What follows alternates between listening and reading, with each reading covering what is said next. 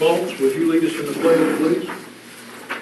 I pledge allegiance to the flag of the United States of America and to the republic for which it stands, one nation, under God, indivisible, with liberty and justice for all.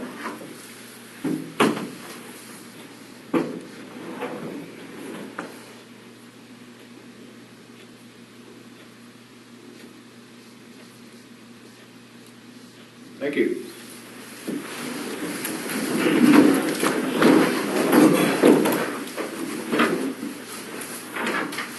Gentlemen, you've had a chance to read the minutes, whether by email or in your package. Is there a motion to accept the minutes? So moved. I'll second the motion. Motion been made and seconded. Everybody in favor should raise your right hand. Motion carried.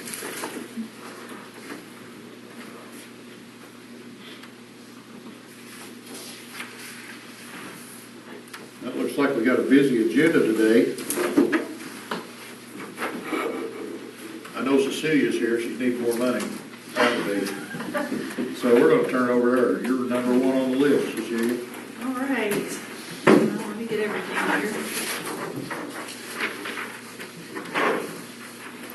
here. Okay. First thing is Blue River Services Salem facility. I have two things that I request for your signature. The first is the draw. This is the second to last draw, so our last draw will be next month, and we're thinking that's going to be the second commissioner meeting to get that one done. So this one is payout number 8 in the amount of $86,970.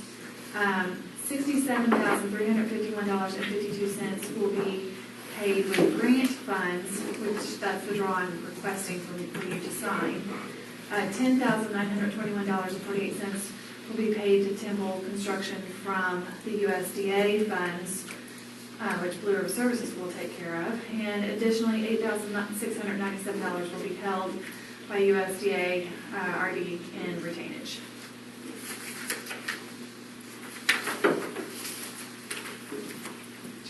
I'll make a motion that we sign the blank. Second. Motion made and seconded. Go ahead and sign the claim voucher for Blue River Services. All those in favor, raise your right hand. Opposed? Okay, motion carried. The next thing for Blue River Services is the change order. This is change order number 4 in the amount of $50,509. And these are just some last minute changes for the project. So if you want to, there's a review of the list of things that they're adding, if you want to sign that. You'll notice that everybody has signed. USDA has a different kind of system, if you might remember, but they have Dan as the owner, but since you guys are really owner of the contract too, you need to sign as well at the bottom.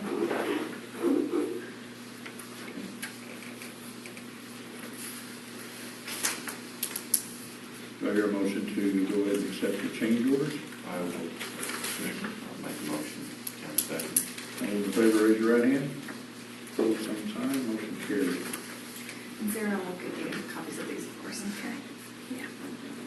Yeah. This project is going to be, is set to be finished on Monday.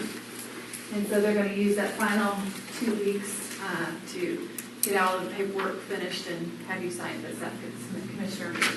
Everything's going well and they love the building. So the next project is the Blue River Fire District. Everything's going well. We did get the income survey completed. It looks like 55%, which makes them eligible. Very good news. We have submitted our application to Washington County Community Foundation, and we both got a letter of support from you as well as Congressman Todd Young. So that's very supportive. And we're still looking for that community donations to go to the Washington County Community Foundation to help with that 2% match to get that extra 25 points. Thanks to Marsha Walker for doing a great article last Thursday's Salem Democrat to encourage the community to support this project. I'm still looking for the community to support letters of need. I have to submit the application by June 7th, but if anybody's going to so many of those. If you know anybody that you can encourage to, letters of need, live in Howard Township, we need letters from the residents saying that they feel like this project is needed. We're working on the environmental review portion of it. I have two things left. One, I'd like to present to you today. This is the very standard Indiana Department of Environmental Management. Same thing. And I'm sorry I didn't send this to you, Mr. Cypress, to sign, but this is the same one you always sign. It just basically says you have a project going in and you'll comply with all the regulations, item regulations. So, I'll sign that. Okay, do we need a motion on this? Not according to me, it's not according to you guys. I can do that. It's just a standard. So can I see it real quick? Pretty much a project. Yeah, this is it. Like I just print this out. I put this in, and all that just comes out of the computers. Yeah, basically this is, we affirm that we've read the letter from the Department of Environmental Management and understand that in order to complete the project, formalities are on, yes. Just go ahead and make a motion that Dave signed it. I'll make a motion. All in favor, raise your right hand. Thank you. There will be one more environmental review letter that I will need to be signed. This one is taking a little bit longer because it required an archaeological reconnaissance survey. They've conducted the survey, they found nothing on the property. I sent in the report, and now DNR has to send me back a letter saying, okay, you're good, you don't have to do anything else. Then I have to have you guys sign that letter. I send that to them, and then they send it back to me saying, oh, they concur, then I concur that they concur. So we have that last letter. If you want to, I will need that because it takes a while. I'll probably need it either at the next commissioner meeting or maybe before. So if you wouldn't mind asking for signature outside of a meeting for the DNR letter to concur with DNR's regular regulations. So. If you gentlemen would like, I'll sign that outside the meeting. If you want to okay that. I'll make a motion. Second. Motion been made and seconded. I'll go ahead and sign this letter from DNR that's coming through. Now, when they start this, if they dig any deeper and find arrowheads, what happens? I don't think that if they find anything significant, then they have to stop work until they get DNR to come in. But they did the shovel probes. They found nothing. So If I remember right, that's what the bypass did too. well, and I know this is within 1 mile of other found materials. So the one thing is on that property, a lot of it has already been disturbed. So, and you know, they're going to be demolishing that building and building right on top of it. They're going to be putting the drive on top of the current drive. So hopefully a lot of the area that they will be digging will be on already disturbed area. Okay. That's just a copy of the letter I'm going to have to sign. Okay. And then you're going to notify Sarah to notify me to. As soon as I get in, yes. And I just gave the attorney a copy of the letter that I'm going to ask you to sign. So the next project is multi-hazard mitigation plan. We had our first meeting. We talked to Mr. Foltz Commissioner Foltz about this. We had Desi Alexander come, and I think there were 3 other people on the team. We need everybody on the team to come to the next meeting. We're in the process of scheduling that. We were trying to get this building to have it, and it's just not available. So we're looking at other options for our next. But we're looking at 2 weeks from now, Thursday. What is that? May the 3rd week of Be 17. yeah, the 17th, thank you, at 6 o'clock. So we'll let you know as soon as that meeting is. So if you'd like to encourage the team members, we'll let you know who those team members are to encourage them to come. Then you talked about other representatives need to be there from town. So, is I that don't think Still necessarily, needed. not at that meeting, there's the last meeting, we'll be presenting it to the different representatives from the towns to make sure that they're in agreement with that. City Hall available. I don't know, I will find out. I'm not to that point yet, I think that's all of my projects here, unless you want to talk any more about the fairgrounds. Yeah, we need to start with that.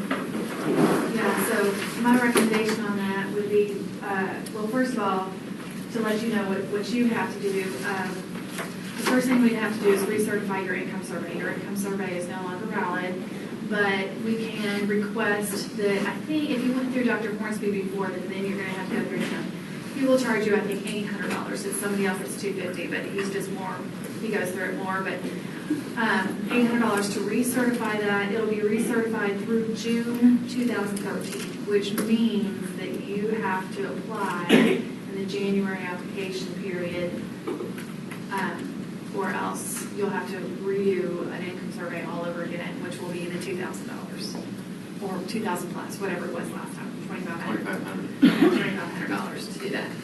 So, and hope that you qualify. So this is the time to start preparing for that if you want to go forward with this project. I just wanted to remind you that in thinking of this, in order to be competitive, it needs to be used, the building needs to be used year-round on a daily basis. Activities have to benefit the entire county, not just a specific selected group like 4-H. The project should meet the identified needs of the community. You can look to your comprehensive plan to see if it tells you what any of those needs assessments are. Consider pulling other groups together like the Purdue Extension, educational groups, health groups, agriculture groups, economic development, or park and recs together on this project. Consider including officer meeting space for community use. Excuse me, you said it had to be 9 to 5. Well, it doesn't have to be like 9 a.m., but it needs to be on a daily business use. Like if we moved the Purdue Extension office out there, that would qualify. Well, I think, qualified versus competitive, those are two different questions. Yes, it might qualify, but will it be competitive to just have Purdue Extension there? Maybe not.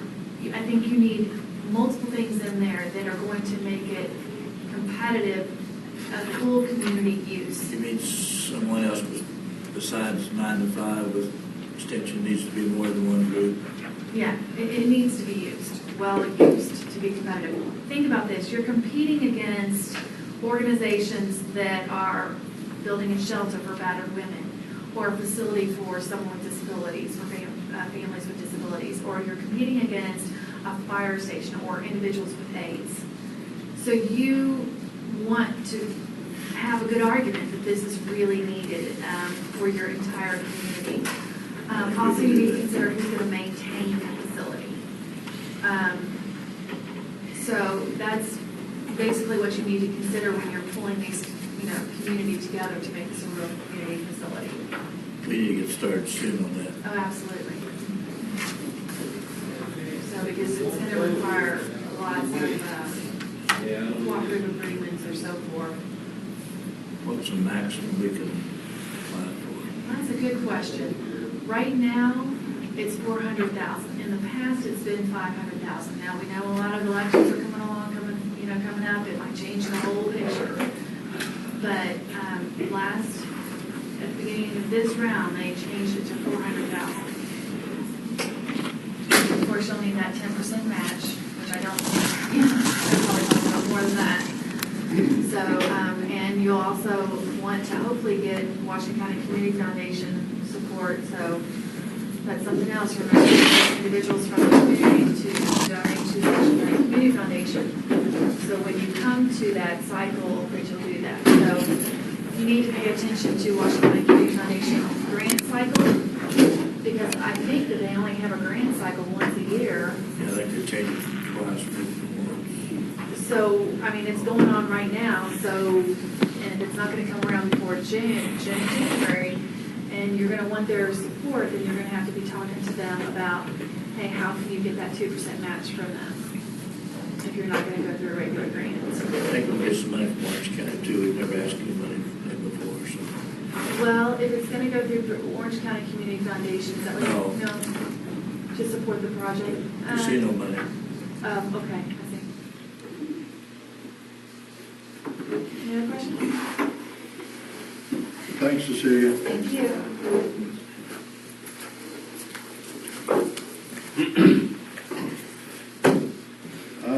Next, Randy Lee. I guess it's you. And Randy. Randy's been good looking. Thanks, John. I've asked them to come to the meeting because Randy's been in contact with me, and I've talked to Mindy about issues with our animal shelter. I've been out and taking a look, so they're going to tell us what's going on there.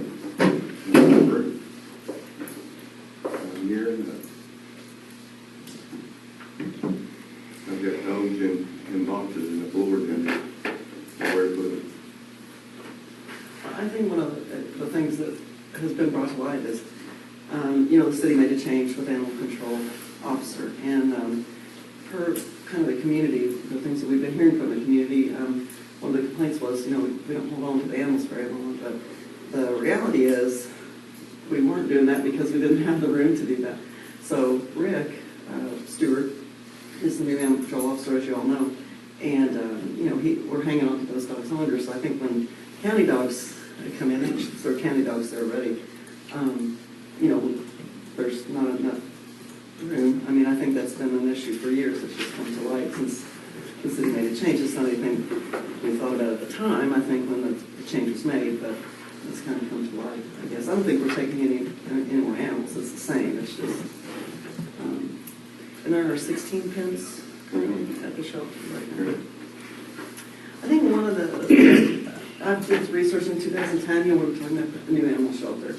And I know, John, you had asked me about, I was in my car and this stuff was in my trunk, so I couldn't answer the question. But one of the counties that I came across is Decatur County, who has a similar population to us. And kind of what they do is the city and the county put in 50-50. It's actually a little bit opposite than ours. The county owns the shelter, it's contracted by the city. One question I have for you, is there actually a contract between, I know you give the city money, is there actually a physical contract between? $20,000 a year. No, I understand. Is that, there a but written is there a written document? Oh, you mean I'm going to assume Collaboration. I think there's an interlocal agreement, but it would have Is been there- done Sure. before. I think there is, yes.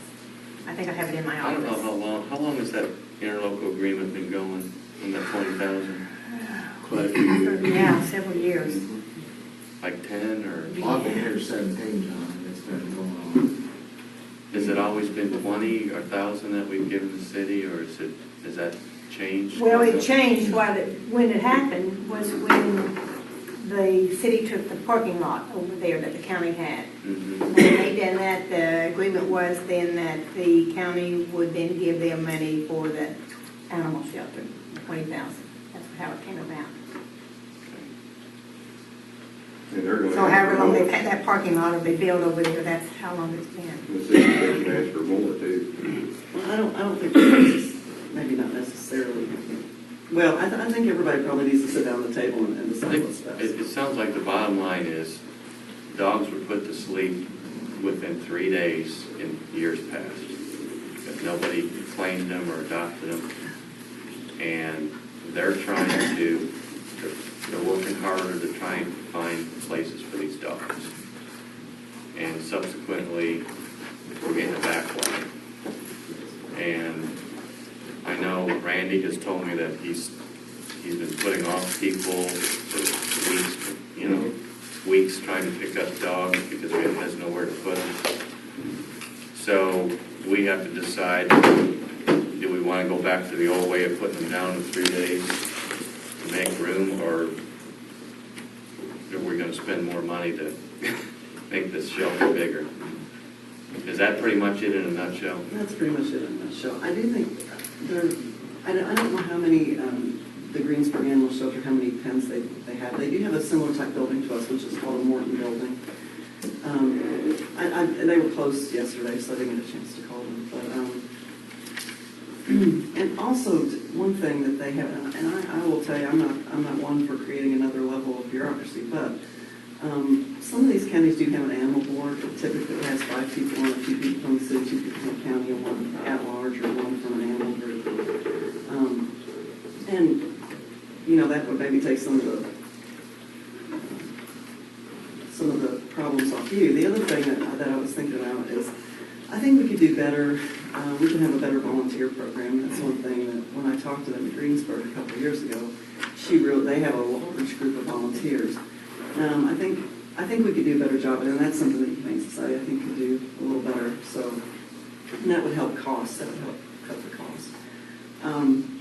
But unfortunately, everybody wants to walk the animals and that kind of thing. Unfortunately, the work that needs to be done at the shelter is not all that glamorous. Okay, it's you're sterilizing pens, you're sterilizing bowls, you're cleaning up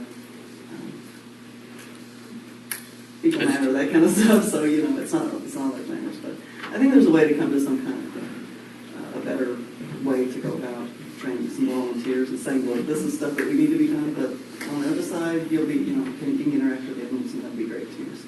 How much do you have in your funds now? Don't you have a fund started for a new building? There's actually 2 funds. There's one in the city that's been kind of sitting there. I'm not for sure where that money has come from over the years. My guess is it's money that people would donated and said, I want this to go in the building. And I think there's about $18,000 in that fund. In our fund, we have in the fund for the building, we have about 22 in there. Who's we? The Humane Society, basically. But isn't there some of that, somebody donated $10,000, you said, for? Yes. For the new building, and I'm not so sure that donor. That's separate from this. It's not separate, it's just I'm not so sure I could speak for that money because I don't know that this summer. It's in this 40,000. Mm-hmm. And John, those are off the top of my head. I can give you some numbers. I mean, there's room at the site to either build an additional building, or I don't know how you would add on to that. But I just think you've already got the facility there. I'm not so sure going to another location, even the frozen food thing that used to be the frozen food. There's a lot of square footage, but by the time you retrofit that. Would the county not be better off to put a building up maybe behind the shelter that's there now? Well, I mean, that would probably be the most I logical. spoke with Quality, and Quality said he's got, his maintenance guys where it wouldn't cost the county a whole lot of money to, put something up. The location out there with the solid waste where you talked about, seemed like that's kind of out of the way place to me to build. Yeah, I think it needs to be. Well, plus that, you'd be on the septic system out there too, and that's gonna be a pretty big cost, as far as that goes. If you're out in that area too, so if you stay on the city sewer, you'd be Right.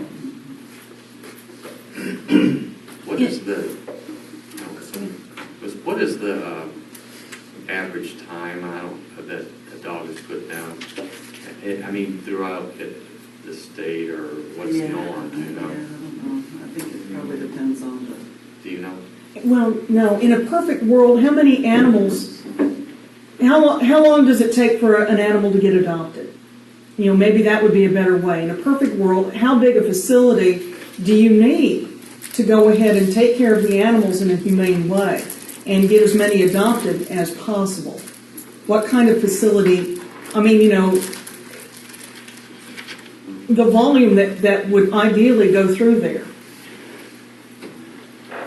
I think there are some statistics where that's concerned. I'm looking at like Decatur County, that's somewhere that's similar to us. Right. But I think the difference there is they do have a large group of volunteers to help with that, which we don't have it currently. So I think there are some similar situations, and there's all kinds of other statistics how other counties might do that. I mean, Floyd County, for example, they say, okay, we're gonna spend so much per person of our population on animal control, and that's why they come up with their number. They also have an animal board too, so, there's all kinds of different, different ways that you can look at it, but as far as how animals get adopted, that really depends, and I haven't looked at any good statistics that I felt like were good because it varies so much, Right. But I do think it has to do with perception, people feeling comfortable coming to the shelter, and that's been our problem in the past, that people don't feel comfortable coming, and that's something that we're working on. If you happen to go in the shelter today, it has a new brand new paint job in there, so they painted over the weekend, so it looks really nice, and we got a new desk in there, so there's more room, and cats are moving, so I think that's the one thing too that we're working on. Well, I mean, what statistics do we have? What statistics, I used to live in Greensburg a long time ago, and I understand the kind of community that's there. And what are our statistics? Quit looking at Greensburg. What do we have? How many calls do you come in? What do we handle right now? And maybe go ahead and get something concrete in your head. What kind of facility do you need? If nothing else changes, what kind of facility do you need? How many spaces do you need to take care of the animal population? And that's kind of what, if you don't have anything concrete to go for, you can't really pick a place or build anything. Do you have Okay, anything? now that I've heard everything, I just met with, Julie. Dave, I know when I have to have Randy to pick up a dog and take it to the shelter, it has to stay there at least 10 days. 10 days. Yes, and like if I was to have a dog today that I ordered him to pick up, there's no place for that dog. And we can't let a biting dog, it's got to be quarantined. Right, I understand that. So I know I have to have a 10-day period when they're in there. Let me ask you a question. How long has Rick Stewart been on the job out there? February, January, February. Since February? Mhm. Okay. I met with Rick Stewart and the mayor last week, and they were talking about improvements of the animal shelter. They were laying out some plans for additions and adding some more cages. They were really concerned with the cats because they had so many. Mhm. It seems to me like that they are working on it, but they're getting together a proposal or a program to come to us with. So it seems to me like we got two groups here coming after the same thing. Maybe we need to involve Rick into this and then come up with a plan that'll satisfy everyone. But it seems to me like we got one group over here, one group over here, but the main meat is in the middle, so we need to get everybody involved that needs to be involved and then come to us. And I agree, there's a lot of ways to look at how to come up with your figures. But I know Rick is, I don't know Rick that well, but I know that he explained to us that he struggles keeping the place clean, but it's clean. He needs more volunteer help, I agree. There needs to be more volunteer help, but it seems to me like he's really taking it on to do what needs to be done. But I think one of the big problems is we've got too many groups working in too many different directions, and we're all trying to achieve the same goal. Yeah, and I agree, I think everybody needs to sit down at the table and come, because there's a lot of ways to go about it. Well, Dave, excuse me, Randy keeps a log of all his calls and everything like that, so I mean, I understand. there's that, it's gonna show you, what he's doing and what dollars that he's bringing in, so that'll help, Yeah.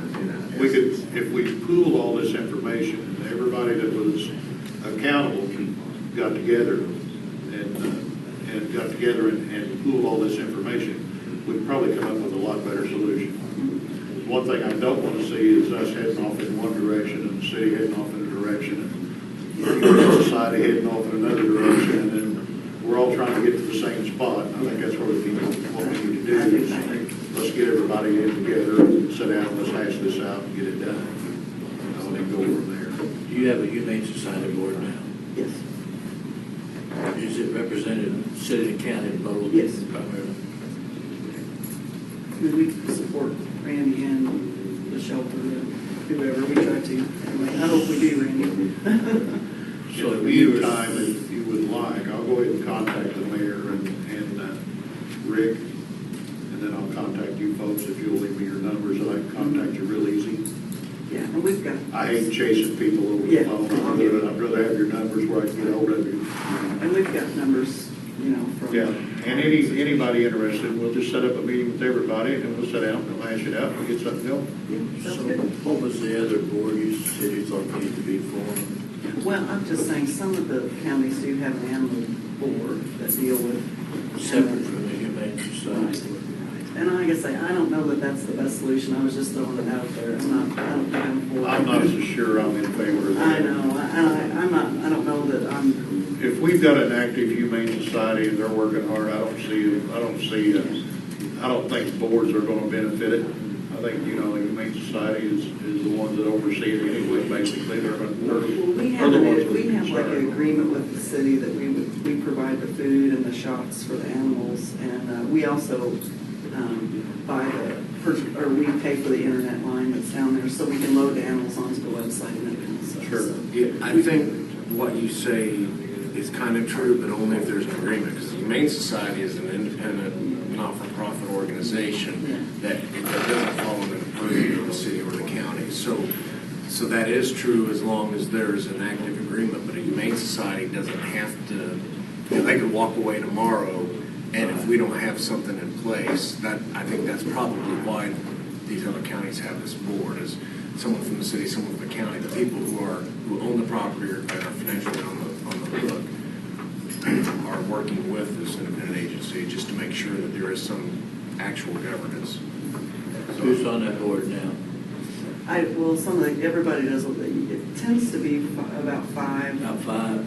Two from the city, two from the county, and it's like an at-large or an animal, somebody from You're the on the Humane Society board. Rescue. You're on the board. For the Humane Society. He's asking who's Who on the else board is of the on the Humane board besides Society. you? Let's see, Jim Glenda Doherty, Jim, Jim Linda, Glenda Doherty, I think I don't know, it's daughter with a T-Y on it, I think. how do I spell that? Yeah, Jim Dyke, Jan Dyke. Karen Kirtley. And Beth Rick. And myself. I mean, what are we gonna do with the short term? The thing is, it may be 6 months before we get this thing built and up and going, but we kind of got a crisis going on. I don't think it has to be. I mean, It what are we seemed to gonna me do? like I remember Rick saying that they're looking at another building right now to go ahead and fix it up and get it ready. Well, Not even close, so. yeah, do they have a place to Well, put maybe the we aggressive need to- dogs in there now? Okay. Then maybe we need to get started on that, get some people in there and get it done. And that's the building next to the shelter that the water. Yeah, and then tie them together, we understood it. That That's what I say, That may be 3 or 4. What I'm hearing from you folks is, yeah, we're overcrowded, yeah, we are overcrowded. Then I go to another meeting with Rick and the mayor and the city, and then and their message to me is, we're in progress of making some big changes out here and cleaning the place up and doing some different things. So But he to can't. me, it seems like he we can't get- all need to get together, because it sounded to me like they weren't gonna be too far in the future of having all this done. Let me, I think the issue is what Julie Graham brought up, and that is, that's true. And so there's a solution on the horizon. I think everybody's going to sit down at the table. But what if we have a vicious animal out there that needs quarantine for 10 days because it might have rabies? And there's no place to put it. I think the issue, what they're getting at is what We have already doubled our dog bites from last year to this year. So what do we do? If we get a call today of a vicious animal, what do we do with it? If there's no room for it because, progress being made on another facility or whatever doesn't satisfy that danger. Right, and it's mostly pit bulls that we're doing. And I don't like to leave those pit bulls at the home to be quarantined. Right. Because normally they've chewed up someone pretty bad. Randy and I have been going to the emergency room whenever it happens, and we've seen some really bad bites. And here we're left with a pit bull not knowing what to do with it. Well, Randy's informed me that he's been told, don't bring any more dogs. Exactly. I think somebody can turn it down. You know, Right. and He said he could refuse our dogs in the shelter. and we have 70. It's not a good solution, No, and that's why we paid it in the house. We've got 78% of the dogs come from the county, right? 77. And it mirrors the population, so you Yeah. can put in, Yeah. it's pretty much similar to what the population city and county are, so, I don't know, that may be a mayor question, because if you've got a vicious dog, obviously that's, you have to do something with that dog for the safety of the community. Well, we try to put some pens up. You try to put some pens behind the building they're outdoor, but they have shelter. Right. And they don't want us, they won't let you put the dogs in. Well, they don't want you unless it's an emergency. Because- Just in case of something in the ground, some kind of disease that causes somebody's dog to die, then who's gonna be responsible for this dog? Yeah, but who's gonna be responsible if there's a rabid dog with rabies Exactly. that we can't pick up? I mean, which is worse? Mhm. I would think that, Some of the dogs that are ordered to be quarantined are simply too because the person who owns the animal does not have the means to quarantine it. Because when a dog is quarantined for 10 days, it's not to be around anyone but the owner. So unless they have a good cage or something to put this dog in, then we can't leave the dog there. We have to pick it up. And that's ordered from the state. And Rick has told you that they don't have to take our dog. Yep. Okay. He said right there, and told me and my part-time guy right here. He said, I can refuse them if you bring them in here. He said, I'll call you to come and pick them up. Claude, you're here, you got anything you wanna add? Well, if, like these quarantine dogs, could we, I mean, you guys are commissioners, guess we could do it on a short-term basis, but if we had an animal like she's talking about, why couldn't we put it in a cage and put it in one of the buildings over the fairgrounds that has like that big arena thing back there? I mean, it would be in out of, I mean, for an emergency situation, why couldn't we do that? That's number one. Number two, Dave, I heard what you said, and we're already paying the city $20,000. If they're gonna do anything different, is there not more money they want for that? That's not been mentioned. So far, not. I'm just saying, I think probably, we're gonna have to be twofold. I'd like to see it stay the way it is, if the city would build it big enough and we could just take the animals down there, that would be great.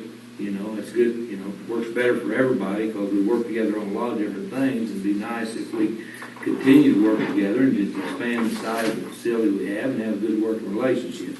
That's ultimately what I'd like to see. But at the same token, if that's not going to happen, then you have to have an alternate plan. And between here and there, if you guys say they can do that, if we have to house an animal for that purpose, I don't see why we couldn't do something like that. I mean, it's under a building, it ain't gonna rain on them. It's surely not gonna freeze nothing to death because it's the weather. So And it's not inhumane. it's nothing. I mean, just do something like that if that situation comes up until such time as we can work all those differences out.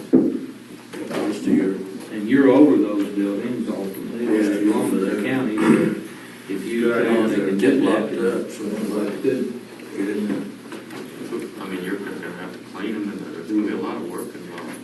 Right? Well, it's not gonna be a large amount of animals, we don't even have that kind of pen space, but I'm saying if we had some emergency situations where we got biting dogs we got to control and things like that, I mean, you can't, either, the alternative to that situation, you said a while ago, if you didn't have no place to put that dog, we ultimately send it to Indianapolis, part of it, to be tested, the brain. For rabies, that's the concern about getting a dog that you don't have paperwork on. So you either house that dog, secure that dog for 10 days, and at the end of that 10 days, everything's healthy and everything's fine, or you have to, in Let's head to Indianapolis and have the brain tested, see if it has rabies. Those are the two things. Well, we don't want to cut the head off every dog and bite somebody, so if we don't have space, why don't we just make an emergency place and deal with that till such time the city and the county works out the whole deal? Makes sense True, to me. because, it's true because, see, we don't, in our budget for shipping a head, I mean, a lot of times on average on that, that's $15 a pop right there. Okay, some of it for these bigger ones, yeah. So it's, Well, like Floyd said, we don't want to go cutting off the head of every dog that bites somebody. No, because I guarantee those people be coming in here every commissioner's meeting. We don't need that big a crowd to commission. But we got a place for right now, and hopefully in a month or two, this thing will work itself out. We don't want to make, I mean, if we had to do something like that, we just need permission. And the number's not really that great, No. where we could cage them up over there for 10 days and see what happens. And I mean, I would be glad to help Randy wash it, you know. So we just do Just that. a fair time. That's the Well, that's what I said, we number. got a couple months, Hopefully there won't got a be couple any, but month there's not window gonna be here, that and big then ask to number go anyway. away. Do you think, in your experience, that it would be advisable for us as we do this to sit down with the city and talk about reworking this? We give them X amount a year, but I can tell you that, you know, okay, so 20 years ago, we paid Paradise and put up a parking lot or whatever and gave them $20,000. I'm not sure that that's feasible to address the relationship today. And here's what's happening. Because of that, they own it, we contribute, and then we've got all these territorial issues that have come up over the years. Why can't we sit down and start over and say, okay, before we start adding on and people incurring costs, let's enter into a shared agreement where we're going to have equal say, or we do put together this board that's going to make these decisions, so that we don't end up in this situation where, yeah, thanks for your money, but once we're at capacity because we're keeping Fluffy the cat longer, your dog that just bit someone, we don't have room for it, and we're not going to take it anymore. Okay, that's not a feasible solution, so why don't we, instead of just focusing on when can we get more room, let's address how we're going to work together with the city in a comprehensive governance fashion also. And I think you brought that up, but I think that might need to be something we do in conjunction with this as we look forward to putting our budget together this summer for the future. So this is a good time, I think, to look at talking with the city, you know, one of the commissioners sitting down with the city and saying, let's talk about how we can rework this agreement so that we don't run into these territorial arguments about who has the right to do this, that, and the other, because I've spent a lot of my time, we've been to court over it. Yes, we have. You know, I actually have a litigation file called Powder the Dog, where we had a court hearing, so, over Powder the Dog. I mean, there's expenses involved in not having a more finely tuned agreement, I think. So what worked 20 years ago or whenever this happened, I think might need to be revisited, and this is the time to do it when we're looking to expand. So that's my 2 cents. I think, and the time to do that would be when all parties are involved or together. Exactly. but we still need a temporary. Yeah, and the temporary fence is the first thing, and I think that's. So the fairgrounds building will work up until the fair starts. But Right, that's all right with you guys, that's your old. But we need to have cages to confine them in, don't we? I mean, how do we? You don't have them.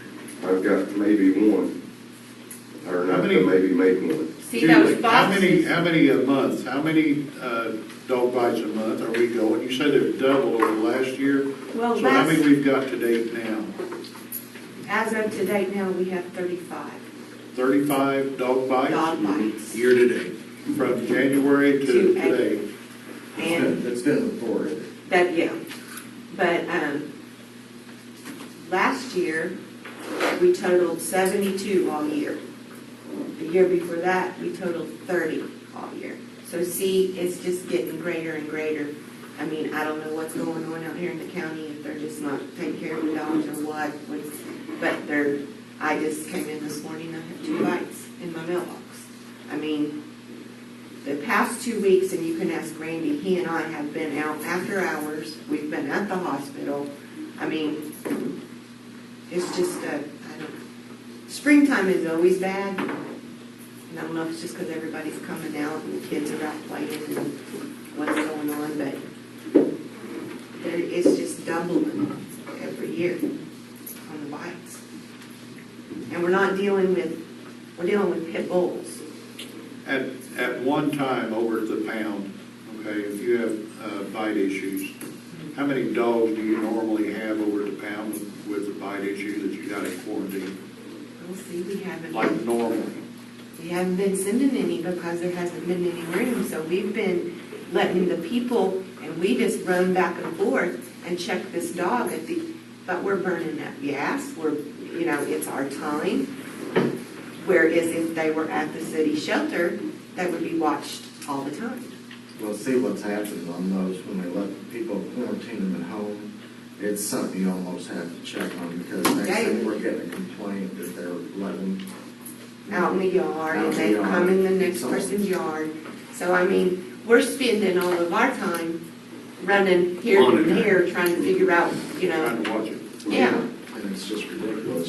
And I mean, he doesn't have time to do it because he's getting, So if we got cages from the shelter then, and just move them over there, maybe we'll have to put them over as long as they're caged where they cannot get out, we're good. But they can't stay in his dog boxes that he carries in the back of his truck. there. They need to be, They need to be in a cage, yes. okay. So, I'm in agreement with going ahead and setting up a holding facility for quarantine dogs only.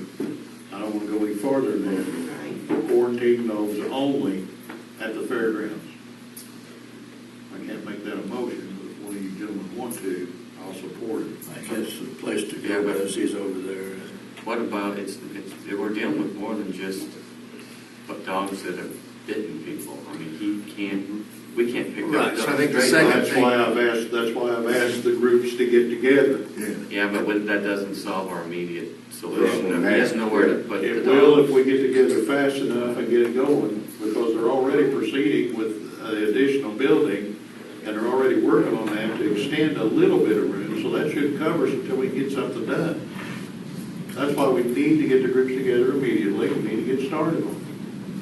But that'll fix the problem now, at this point. Where are you at right now with dogs that are being picked up? I can't get enough. I don't even have a box in the back of the How truck. many people have called you that are I don't have any right now?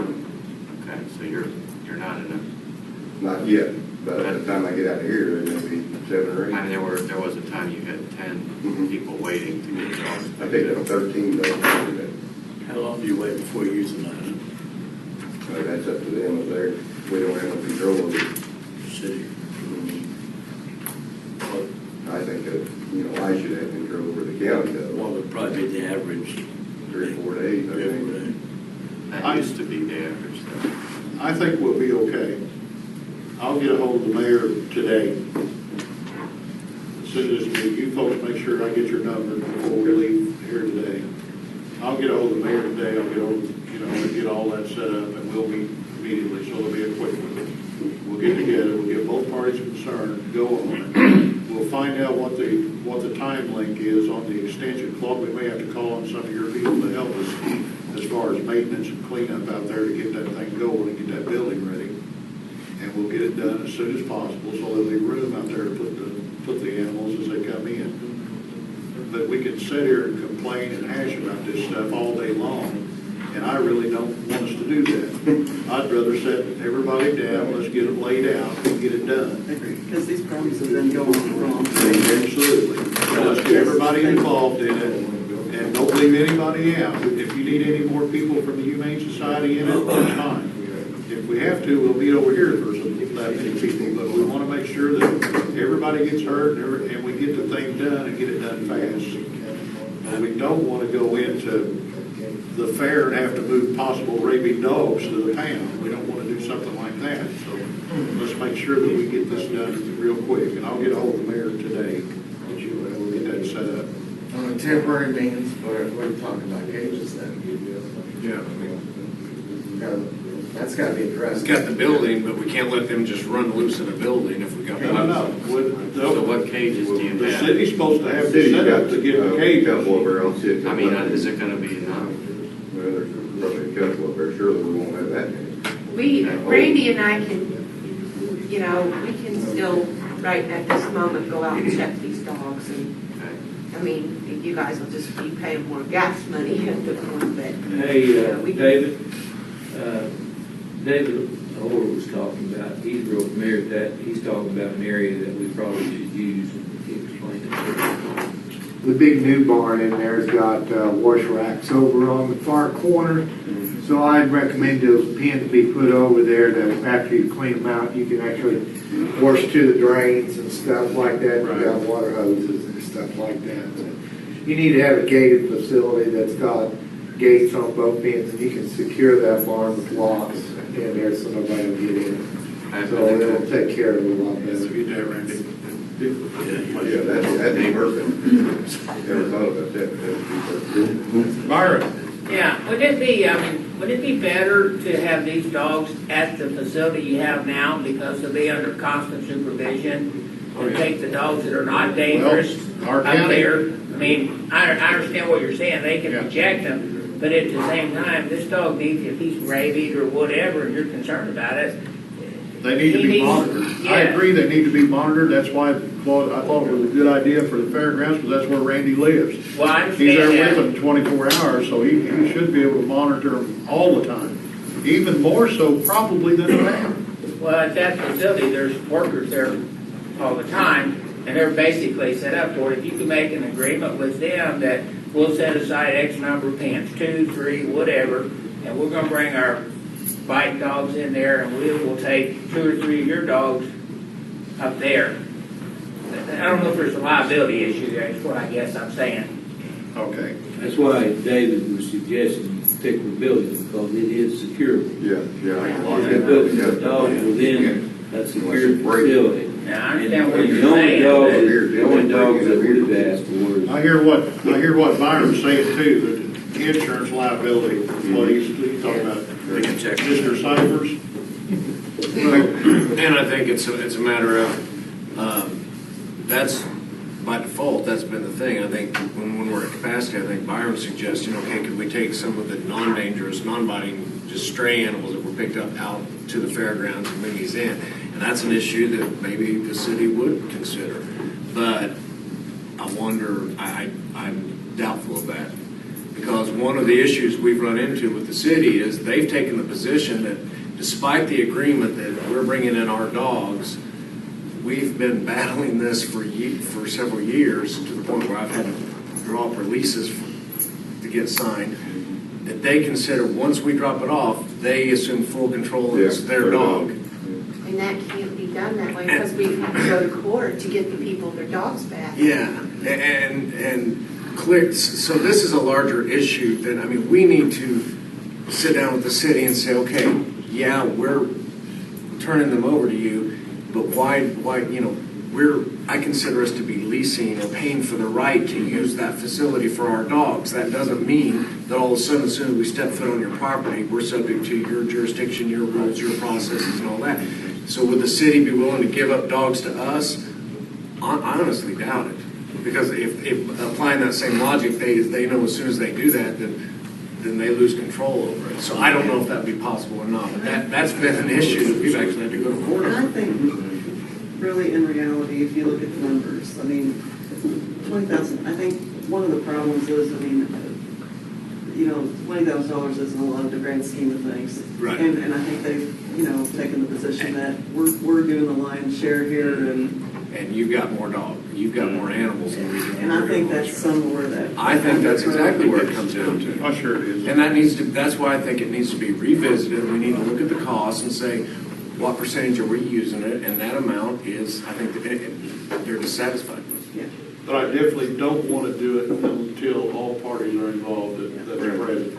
I don't want to go one direction or another. And I apologize, I was going to be there Friday, and I had to be in French Lick all day, so I did know about that on Friday, so. Oh, that's right, you weren't there. Yeah, I did. I think we fined you or something. I'm not sure. Oh, if I got a fine, okay, I'll talk to somebody about that. The other issue, one more issue is, I know I've talked to Randy a lot. You know, I think the other problem with our county is so big, you know, and of course, if Randy gets a call, if you get a call in Little York and you gotta go over to Fredericksburg, I mean, that's a long way. And you know, we've got a finite number of people trained to do animal control.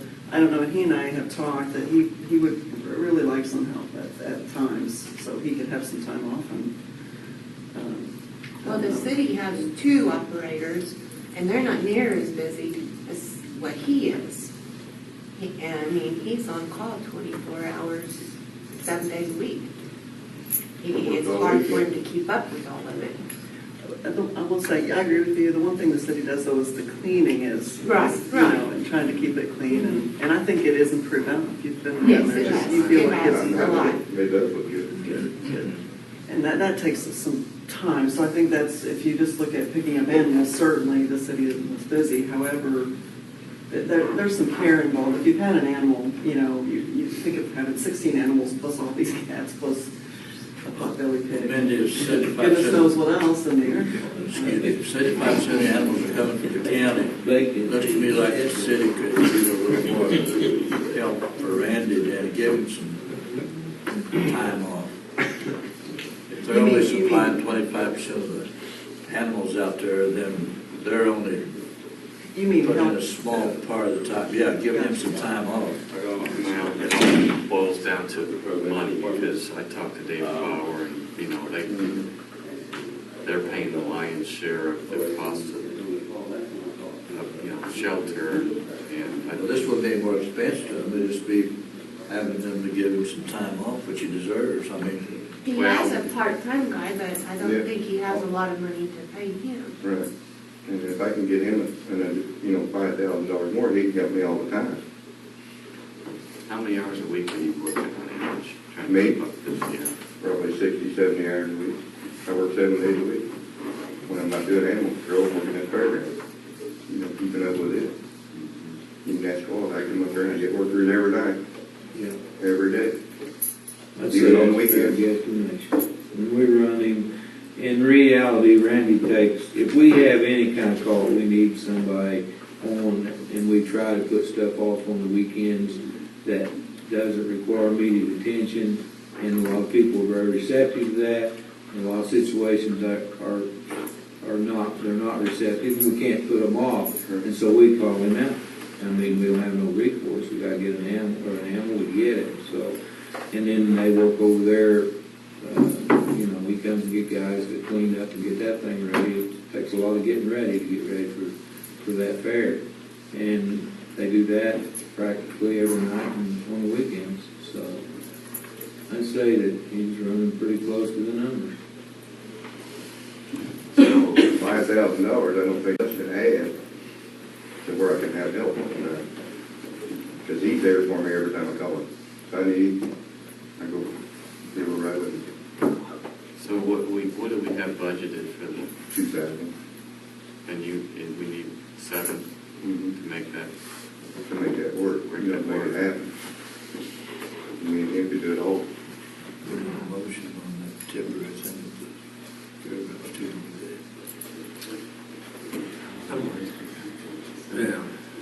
Well, you'd have to go to council. I mean, council Council. appropriates the money. I mean, you'd have to go and ask the council for it. On this quarantine thing. No, he's talking about using the fairgrounds. I don't think we need them. No. I don't think so. I think it's just get permission.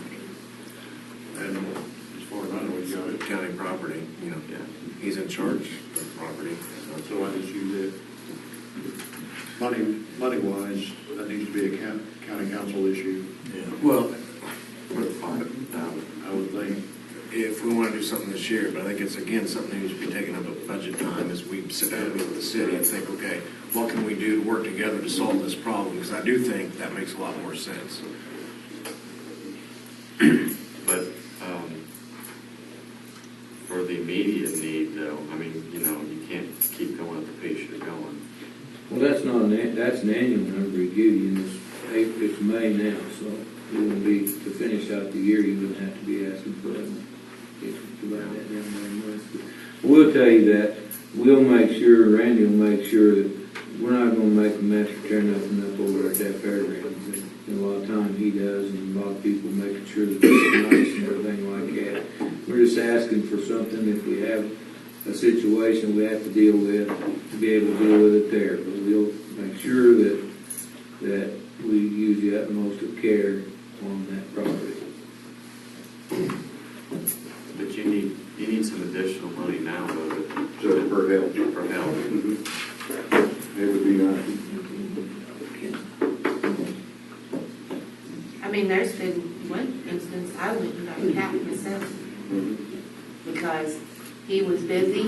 No, that's when I help her. Oh, yeah, he had surgery, so I just went and picked it up myself. That's what came up 3 weeks for emergency surgery. I could take off that long. Everything was still shut. So they had to do what I Well, I had. think the council meets Monday, but any additional appropriation would have to come for this year, From the county. would have to come from the county council. But he probably needs us to, They're meeting tonight. That's Monday, isn't it? You're right, Tom. do we need to vote on it Their that, meeting's on the 7th. we're in favor of that? Council? Get additional funding. For him to do this, then you have to go to the council to get. All right, I'm gonna make a motion that we are approving additional funding subject to the county council's,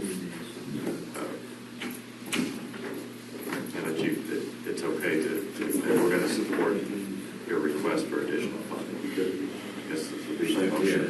Take it to the council. Okay, motion's been made by Commissioner Whistler, seconded by Commissioner Folds, that we will approve additional funding for a helper for Randy Lee at the, as a county animal control. All those in favor, raise your right hand. Opposed, same sign. Now, you'll have to take that, figure it out, about what else we would have to do, then you're going to have to go to the county, or the county council and ask for additional appropriations on this year's budget. Okay? You got a councilman sitting back there and opening it down, so he knows that we approved it. Okay. What time do you meet, David? 9:30. Next Monday. 9:30? Executives at 8:15. 9:30. I've got a note on it. I think you need to think about some money for some temporary pens too. In the meantime, I'm gonna go ahead and I'll get over the mayor this afternoon and we'll be setting up a meeting. Leave me your numbers, so I'll be sure to get a hold of you. And we need all the necessary people there. And I'll get a hold of you, we'll get all the parties together, and we're gonna figure this thing out and get it put to bed for the county, okay? I agree. Thank you. Thanks a lot. Pretty quick, didn't it?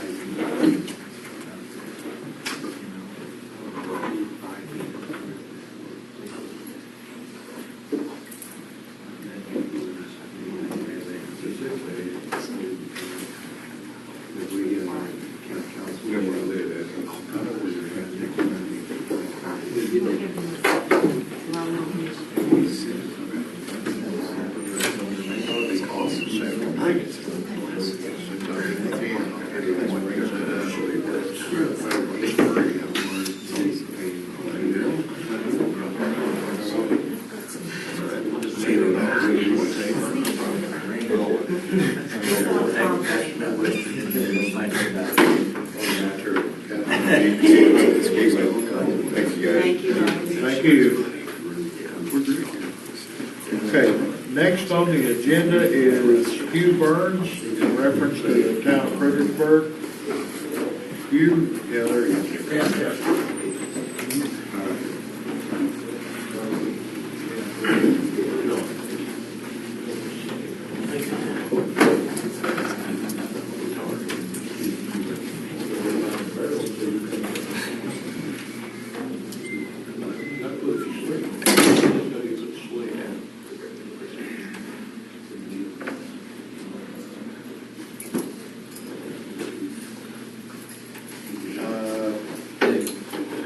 Hugh is here in reference to the town of Fredericksburg.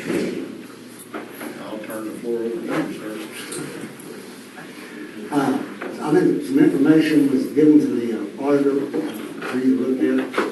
Also, the same information was given to Mr. Cyphers. And plus, I went back and read a previous letter from Mr. Cyphers, and I believe his concern has been addressed. So we're in a situation where this thing needs to slowly but surely and with speed come to a conclusion. I think, so I don't want to make any statements that may only half true, but you're probably looking at a situation where it's going to be dumped in your lap regardless of what you do, because all the town council members, I simply can inform them to resign. You'll have no elected office. They'll bring all the papers necessary. I'll supervise that, put them in a box, and bring them up to our office, and it's legal. I've already talked to the state board of accounts about this on several times. If you need any additional background information about the process that's being done, is it close to being, the state board of accounts has reviewed the stuff, and they believe it's set the right motion, everything's been done the right way. Charlie Pride is the supervisor for all auditors for all cities and towns in the state of Indiana. You're welcome to call him. And his personal opinion, when he tells me on the phone, he trusts me enough not to repeat every word he says. So this is being done in close to an approximate percent now. If anybody wants to spend $25,000 in legal fees and challenge any kind of issue, I'm sure they could give them a day in court. But you as county commissioners under statute had the ability to proceed forward, and I think it's getting close to the point where you don't have a whole lot of options. We have the required number of petition members. They've elected not to do, there's two methods. You can get a petition signed by 25% of the registered voters, or you can pass a resolution by the town. The first attempt was with the petitions. The problem was once we cross-referenced that with the registered voters, people that signed the petition weren't all registered voters, therefore it didn't meet the requirements. So now they've gone the route of passing a resolution, and what he sent is a resolution by the officers of the town, the elected officials, along with their oath of office. You know, one of the concerns I had, I would have preferred the petition route over that, is if there's any challenge to their status as elected officials or anything like that. But again, someone would have to raise that challenge, and I don't know that anybody wants to do that. In addition, I'd say the Indiana State Legislature has dedicated the Indiana State Board of Accounts as the auditing authority for all municipal operations in the state of Indiana. The Indiana State Board of Accounts currently recognize the current officials as the proper officers of that town. There you go. So, you know. So they have a town board. Yeah, and we've got their resolution. Their oath of office has been passed to us. We've got the resolution. So what we have now, and we have the president. It was advertised in the paper. We have, right, for your resolution. Right. But there's subsequent steps. At this point, everything they've done is in compliance. Now it falls in the county's lap.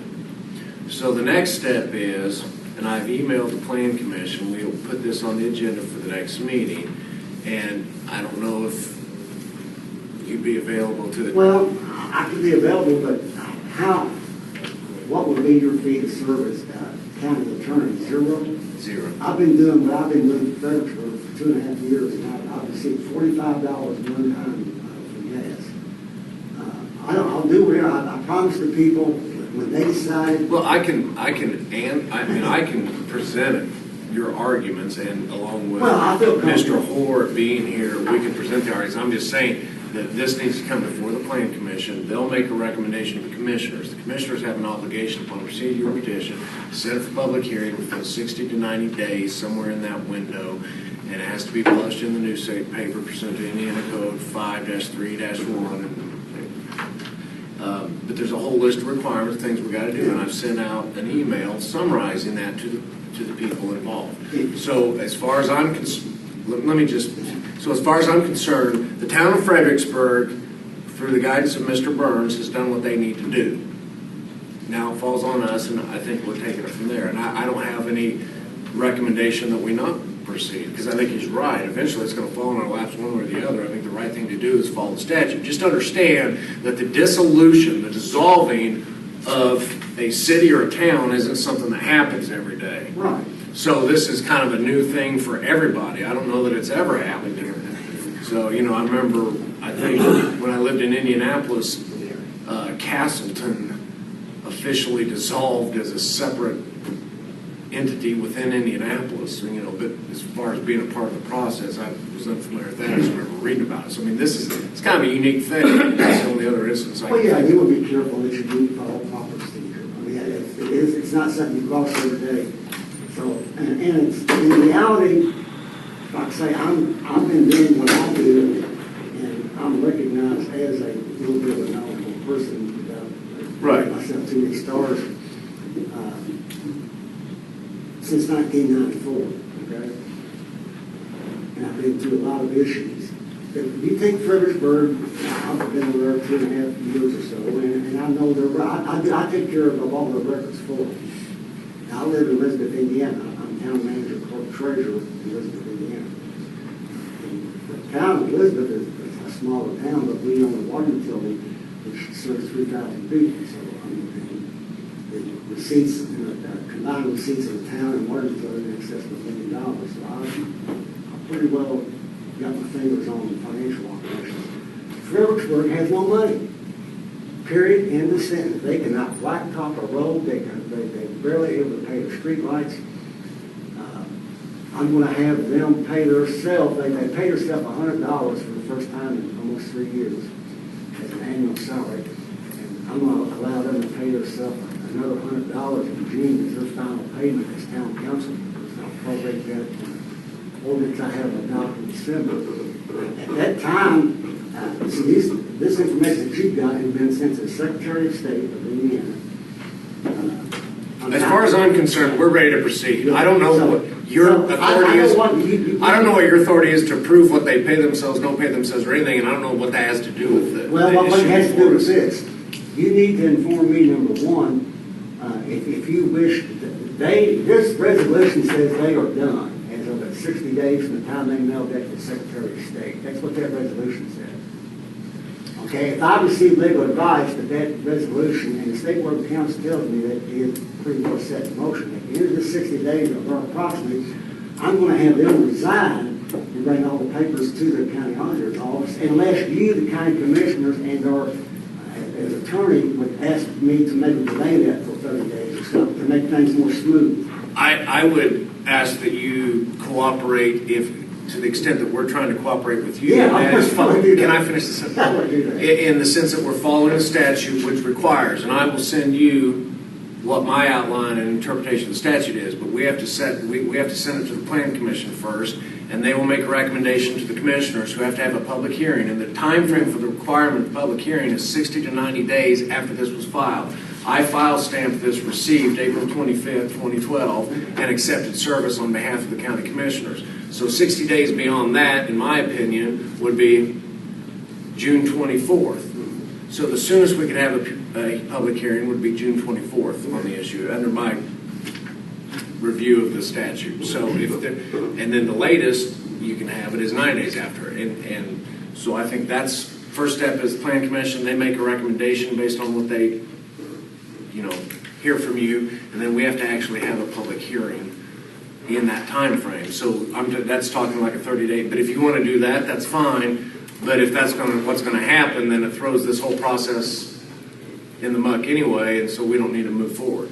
Well, I don't want to say that's good in a way that gets the job done. And I'm telling you, my recommendation is, based on what I've seen, that they've done what they need to do. I've sent you information on what we need to do, and I suggest that we proceed accordingly. So you're going to cooperate with with the each Plan other. Commission? Well, if Mr. Cyphers believes it's necessary for me to do that, I'll do that. I don't see it. I don't think so. I think everybody's probably aware of it. I always hate presenting something as legal counsel, because I don't want to come across as advocating on behalf of someone or on behalf of the city or whatever. But I think the issue is well known enough that it's something that I can at least say the process has been followed. Like right before, say 24 hours before the meeting, if you think something's popped up or it's been out there, like, give me, there's something, I'll be there. But I'm not complaining, but I'm saying, I can't. Keep putting time into this, and that's fair enough. Elizabeth, We'll handle it. It's the distances and. We'll handle it. That's good. It is, we are meeting on Monday the 7th at 7 o'clock, if you were to come up. But we can handle that, and I appreciate because I've seen you not only here, I've seen you up in Superior Court on behalf of the town of Fredericksburg, and I know the time that you've put into this and the expertise that you have, and you're very knowledgeable on this, and all of this has been free of charge just because you're trying to be a good citizen. And I want to publicly say, I mean, you are being, and I recognize that. I mean, that's commendable that you would spend this much time helping someone wrap up their affairs in an orderly and legal way. That's just all there is to it, because, without you, I don't think they'd be swimming without knowing what to do.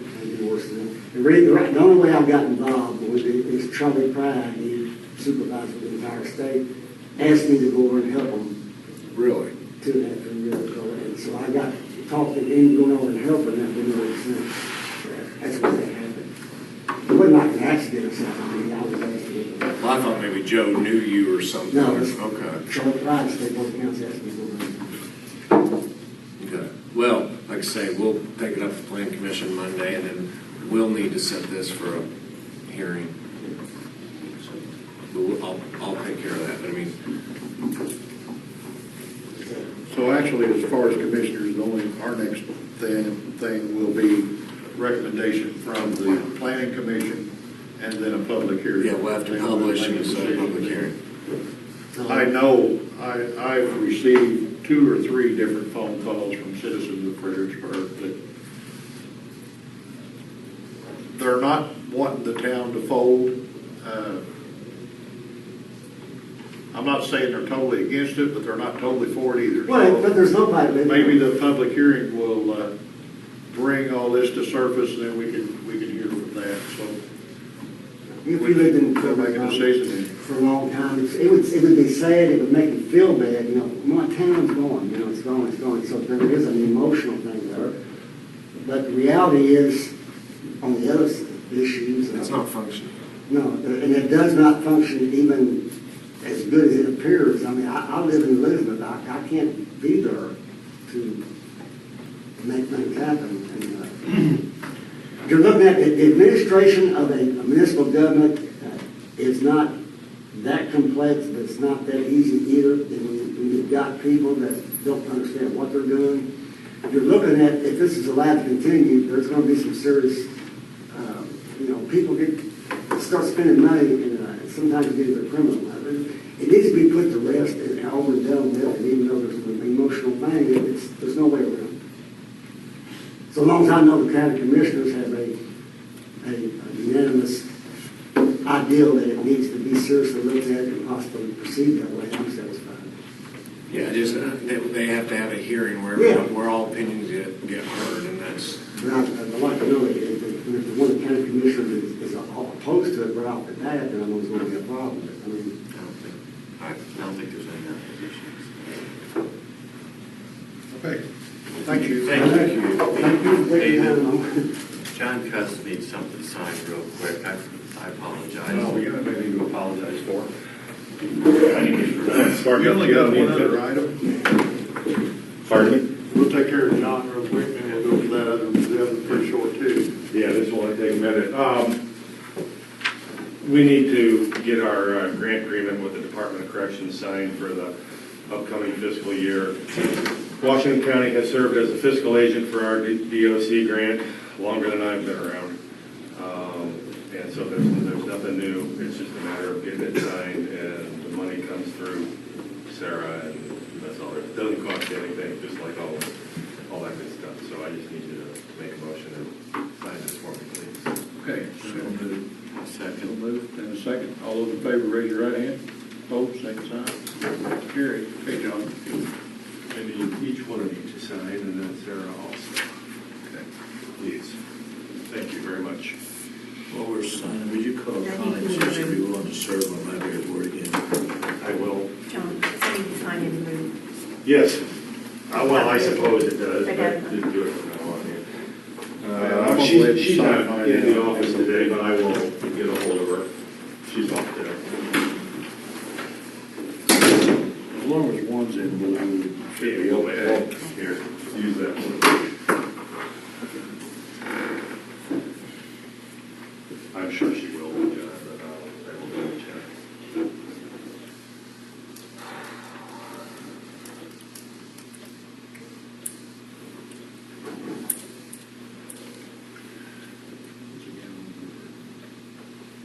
What's her name?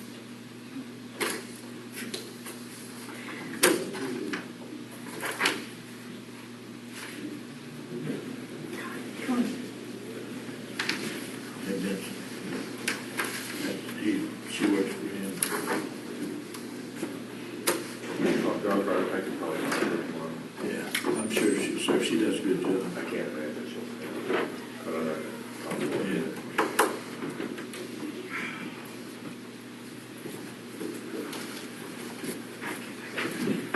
Okay, last thing on the agenda before Attorney Cypher and our auditor, June the 30th is the expiration date for our representative to the library board. The lady that is on that now that we appointed last year was Connie Benson. We need a contact person, someone. John's gonna check, she works for him. I'll take care of it. John's gonna check. and see if John's she's- going to contact her, and next meeting, we need to make that appointment. She'll serve, I'm sure she does a I'm good sure job. she probably will, but let's make it If official. you have her, just to call Sarah. Will do. We'll take care of it. Thanks, John. Thank you very much. Okay, here we go, around the table. Byron. Insurance guy. I did hear, this has nothing to do with insurance, but was there some kind of a deadline on the disaster relief money that people could get or something like May 8th or For the something? FEMA application. And is that process working good? And because I thought maybe we might talk about that. As just an update, I called a town meeting because I was really concerned a couple of weeks after the tornado, just to try to get everybody on the right path, okay? And we had FEMA there, National Homeland of National Security. We had our assessor there. We had, gosh, John, how many people we had there? We had a whole table full of people there, just information people, just to give out the information to the Pekin down there, to the Pekin residents from Daisy Hill and all the places that were affected. A couple of weeks after that, I thought, well, this one was early, so I got with Desi, and I said it might be a good idea for us just to set up another one, okay, just to be sure. Because FEMA was out in the field on foot, checking with those people. In order to recover some of the funding from the government, people really needed to fill out the correct paperwork. Okay, that was very important. And FEMA people, Indiana Department of Homeland Security, everybody was out in the field even to help these residents, that have been wiped out, to fill out this paperwork and make sure it got done. So I got with Danny again, I said, okay, now the shocks wore off, the rebuilding process is coming on, let's set up one more meeting. So we set up a meeting, all three of us were there again, along with the assessor and the county building commissioner. We had FEMA showed back up, Indiana Department of Homeland Security showed back up. There was, what, John, 2 or 3 families that showed up, that was it. Eastern High School cafeteria, big room, but there was nobody there. But they showed up. So what I told everybody there, including the paper, is I guess we're okay, okay? We were a little disappointed on some of the numbers. A lot of the people had insurance, which really took care of a lot of situations. Apparently, they had enough, but I was really concerned with a lot of the families that were underinsured. You know, when you buy insurance 20 years ago, well, it may not be able to cover the cost of what you would have to rebuild it. Well, you insurance may know that. You guys raise every week. You know, I thought this had nothing to do with it. but you started it. So what we did again was we went around to the people that were underinsured and told them, you know, said, look, even though you had insurance, but you were underinsured, you can still apply for FEMA money. And I think maybe a lot of them didn't realize that. So we went around again and done that whole orientation thing again, even to the point of helping them fill out. We found out too that the ASB loan company, SBA, I have too many acronyms. The SBA will not loan money out at this real low interest rate unless people had filed with FEMA and then got turned down. Then they could go to get like this, it was like 1.7% loan. I mean, it was a real good deal for a lot of people. So then we had to go around and tell them all that too. We've had a one-stop shop down there that we ran all day. We had SBA, we had FEMA, we had even the nurse sitting there giving out shots for anybody that stepped on a nail. I mean, we had, so I really and truly feel that the county done everything that they possibly could do to help our people down here that were involved in any of the disaster as far as the recovery. I got to commend the people of the county. Because I tell you, I never seen like so many volunteers showed up by the hundreds. I was up on Daisy Hill one evening, and these groups that had certain colored T-shirts, I mean, you looked out across the field, there were just hundreds. It looked like flies over those fields picking up all this stuff. So I think everything really got done, and I can't leave out the county council, especially one particular member, since Tom and me were about to self-destruct on some of this stuff. Dave called me on a Saturday afternoon, and this cleaning up of Blue River project, it was a little more than I could handle. Tom was not able to handle it, but I know I could handle it. And Dave called and stepped in, and he said, I'd be glad to help you out. He has. He got all the timelines and got everything done that needed to be done, and I really appreciate him doing that. And it's underway now, going good. And we're not destroying any trees that our little bats live in either. I mean, everything's going fine there. So everything's looking, I think, pretty good down there. There's still, if you check the paper today, it said there's still need for volunteers. There's still some things that can be done.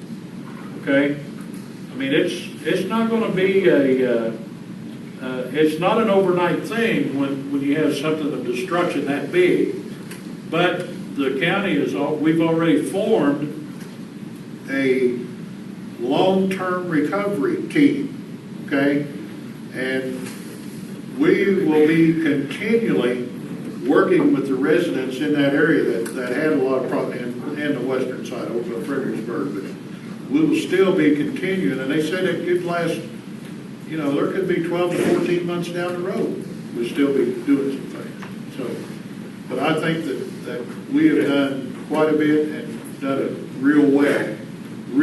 Desi and her crew and just the people of the county guys, I mean, everybody just done it. Well, I've heard no complaints. I just hadn't heard, and I just thought there was some kind of deadline, and that's why I asked. There was. I didn't mean to get on a soapbox, but anytime I can buzz you guys for a little bit, I try to. Mark, as much publicity has been put out, there'll probably still be someone or boards fail to apply, that's sad. And the folks up on Daisy Hill, I know that Henryville is scheduling a meeting similar to ours, and I think it's at a church up there somewhere. Desi was asking, thought maybe I need to go. I don't know if there was some confusion down in there or what, but, you know, maybe we need to help our neighbors. I don't know, but we'll find out about that later. I guess Desi's working on that now. How's our insurance coming along? We might as well go to the next one here. We did okay? The property? That's you, buddy. We're good. All right. Mr. Shanks, back there in the corner. Okay, how about his brother, a row up? I know Gerald's got a lot of stuff because he turned over a lot of information for me. I can give you some final numbers on the debris cleanup. We hauled 182 single axle loads to the burn pit, 132 tandem loads to the burn pit, and we hauled 880 ton .30 to the landfill from Dickey. And that, just a footnote there, that did not jeopardize our sales as far as the rebuilding of the sales. We're okay. FEMA, all the paperwork's turned in. We should be getting a check sometime probably the end of June, 1st of July, for about $115,000. Then we gotta pay a couple people out of that, part of that. That's not profit either, that's just replacing money that we spent. Right. Talking about the river cleanup, Dave can tell you a little more about that. We started down there Monday the 23rd. We took our loader and operator down on Wednesday, and he's been working every day since with those guys to do our part of the money. Not sure how long it's going to take. I don't think we can do it in 30 days. It might put them. Can we get another extension, Dave? I know we got one. Can we get another one? Is that possible? Yes. In fact, we first asked for a 20-day extension, and by the government process, they wouldn't allow that, but they gave us 10-day increments as far as extensions.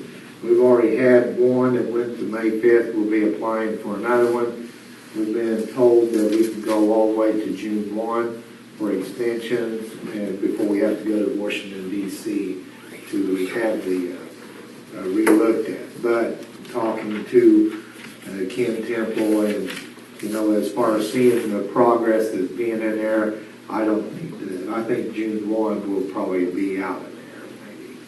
And so, there's been a lot of progress down there. A lot of logs have been salvaged out for the farm owner.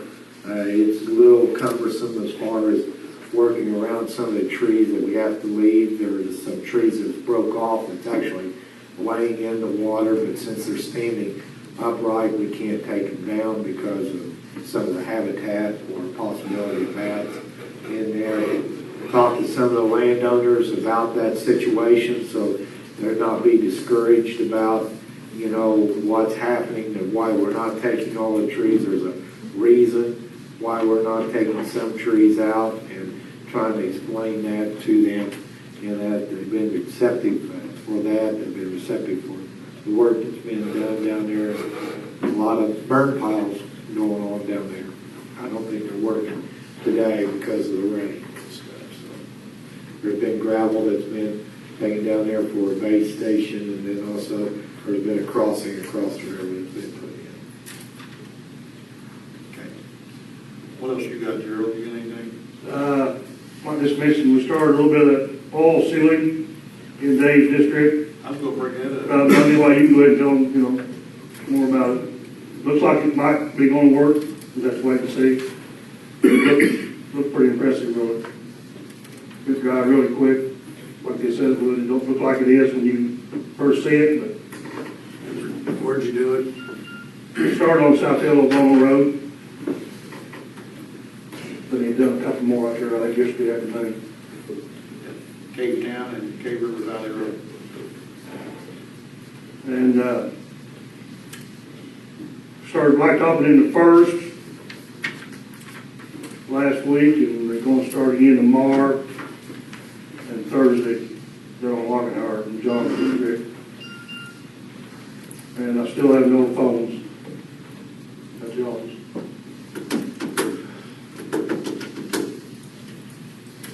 You ought to do something about it. I talked to Dave and Neil 3 times to get out there. We're gonna have to, now our contract,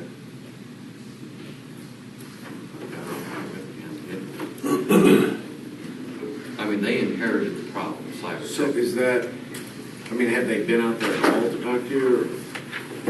Not the guy that needs to, no. And it's affecting the EMS too, it's not just the Every highway. phone in the building. Is that a year-to-year contract? The EMS across the street. Could be. Not the EM, 911. not Knox County, 911. 911. Every phone in the building. Yeah, that's what I Not meant. working. You know what I mean? Scared me, I thought we had a whole block there. Yeah. Well, couldn't you have maybe Blue River Networking look at it? I mean, just, ask them, and see if there's a problem they can see that Cybertech doesn't. Sarah, when's that contract come up? Do you know? Actually, February launch. February, yeah. You guys passed it up. I mean, as far as like, a contract thing. Voted not to look at contracts this year for Cybertech. That's ridiculous. I mean, I've called 3 times. Do we need a letter just stating that they're not fulfilling their contract? We need to have them come to the next meeting, meeting head on. That's what we're paying him for, and I'll get the service. I mean, if it's a money issue, he needs to just be blunt with us. I mean, they didn't create the problem, it was there prior to Cybertech taking over. It's always been like that, right? It's gotten worse. But it's gotten worse. Yeah, I do. I've got Have it it on at our next meeting. I mean, he keeps telling me, yeah, it's not a bad fix, but like I said, I've called 3 times, it's not gonna be. Well, and they should be able to just put a regular landline in there and just have the service itself actually just forward the calls to those lines. I mean, it can be a really simple thing, but it's not, and I don't know, I'm a little bit tech savvy, and I don't know what the problem is. I haven't looked at it or anything, but you might just ask Blue River just to see if they have any time or anything some of that nature to get another perspective on it, because all you've been getting is the information from Cybertech. The problem is that Cybertech's under their contract to maintain these phones. I mean, we're gonna spend more money for Blue River. Yeah. Well, no, I mean, just ask them to do a free look-see. Just ask them to do a free look-see to see what they're, because... And they might, because if we have to get separate phones, Blue River might even contract to put them in, so I mean, that... And it would be an easy fix. Just ask them. I can call Aaron and see. I talked to him at the Home and Garden Show, and I said, you're a local company. I'd like to see you bid in the fall in February, or in the spring in February. And I said, there have been, the contract isn't up, and I'm not in control. Not that I would be or anything some of that nature, but you guys need a little perspective about how your system works and that kind of thing. And I brought this up in the meetings before. Okay? So, and Cybertech maybe really is facing a problem that they can't fix. They'll tell you at Blue River. I'll call them. I'll call David and find out. What else you got, Gerald? I think that's it for today. Dave? I've already talked about the Blue River project, and I think that's something going. We have a little bit of delay in there, but we're going to work through that and try to work that. Fredericksburg things coming to the Plain Commission. We'll be taking a look at that. I do want us to take a look at what obligations we will have as a county whenever they dissolve. we'll probably have to take up some roads and stuff, the issues there. And we'll take a look at that. We are working on ordinances, we're working on ag and CFO language and drafts, and we're trying to work with subcommittees to bring to the planning commission. We're being diligent as far as reviewing those type of things. We've got some point system as far as putting together for confined feeding operations and stuff that I think that'll be really good for both parties, or all parties involved in it. So that's still coming along. County Council, we've got this bridge fund as far as this note to come due in that. It has taken some money out of some of our bridge funding for this year out of our budget in that.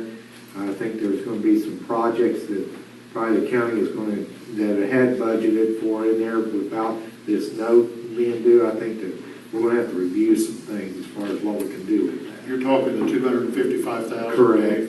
Okay. We're going to have to kind of look at that, work together as far as to get some of that money that was originally budgeted for 2012 projects back in there and take care of this past note deal, some other way. I think that it's important that we do that to not jeopardize projects we're already budgeted. And reviewing the insurance, we're going to be reviewing the insurance, where we're at on that. And I'll put a note that as far as the county council, whenever we do the budget process, we really need to have those figures in front of us because insurance is 10% of our budget now. So it is so important to have that part of the budget process and have those figures in August. That's all. There's that body, so they heard. I know. They heard that loud and clear. I'm already scheduled to be there next Monday. Bill? Hi. Several meetings ago, the issue of jail and what you were doing with it and possibly taking a look at it came up, and I had made arrangements with Sarah to pick up the plans of the proposed project as far as you had taken it. I've taken a pretty good look at that. Originally, I was contacted by Umball, and I think Gary Malone's going to come down here this morning, and hopefully we can get a chance to sit down and talk a little bit. And I've taken a pretty good look at what you've done.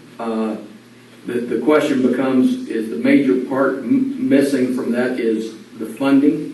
If you're going to pick it back up, how are you going to fund it and what that cost would be? So hopefully we'll get a chance to talk about that. He's had a chance to look at it a little bit. And then kind of introduce you what we bring to that party in looking at it. So hopefully we'll get a little more time here as we go down the line. But I know that project kind of laid on the side for a while, and I wanted, and you got to bring it back to the council. So I've just kind of taken what you've done and updated it and said today what's the cost of that. And I have some questions. How did you get here? Is one of them. Is this still the right solution to the county? Is another one. So Could you state your full name and who you are and what you're doing here?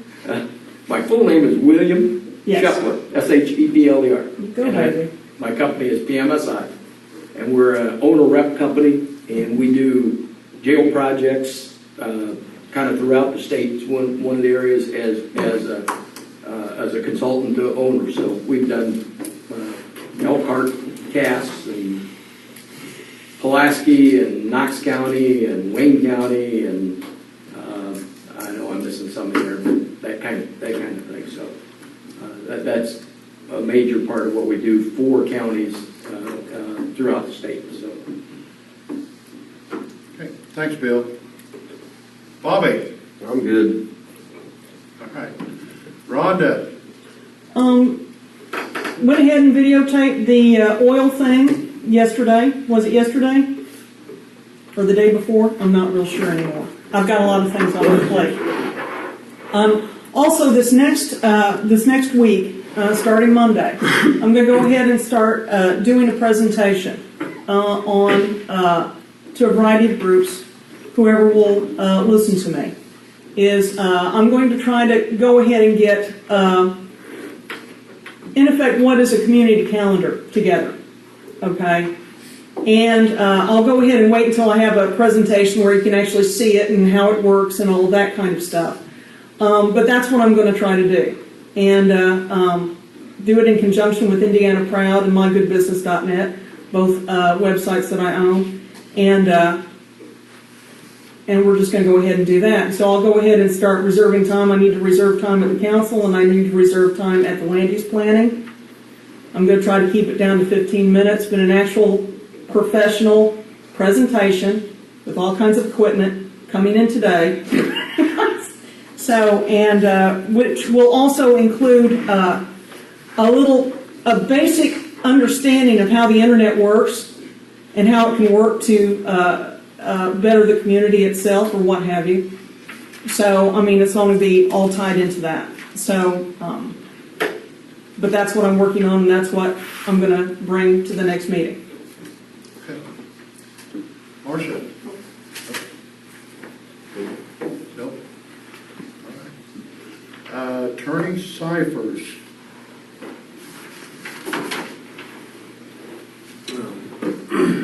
All right, we talked about town of Fredericksburg.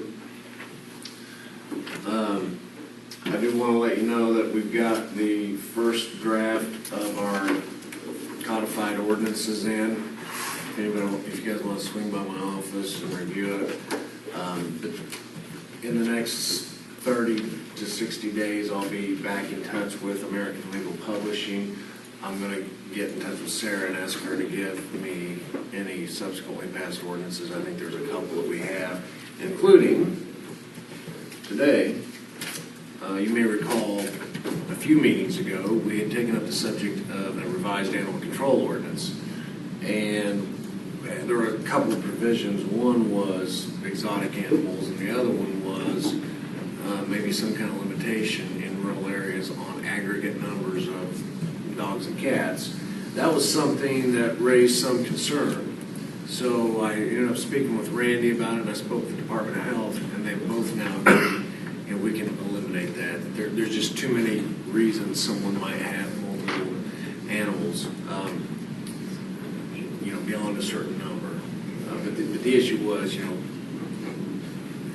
some locales, they will regulate those as a kennel. Someone has so many per area. But we've eliminated that. And basically what we've parsed this down to is a prohibition on certain types of animals.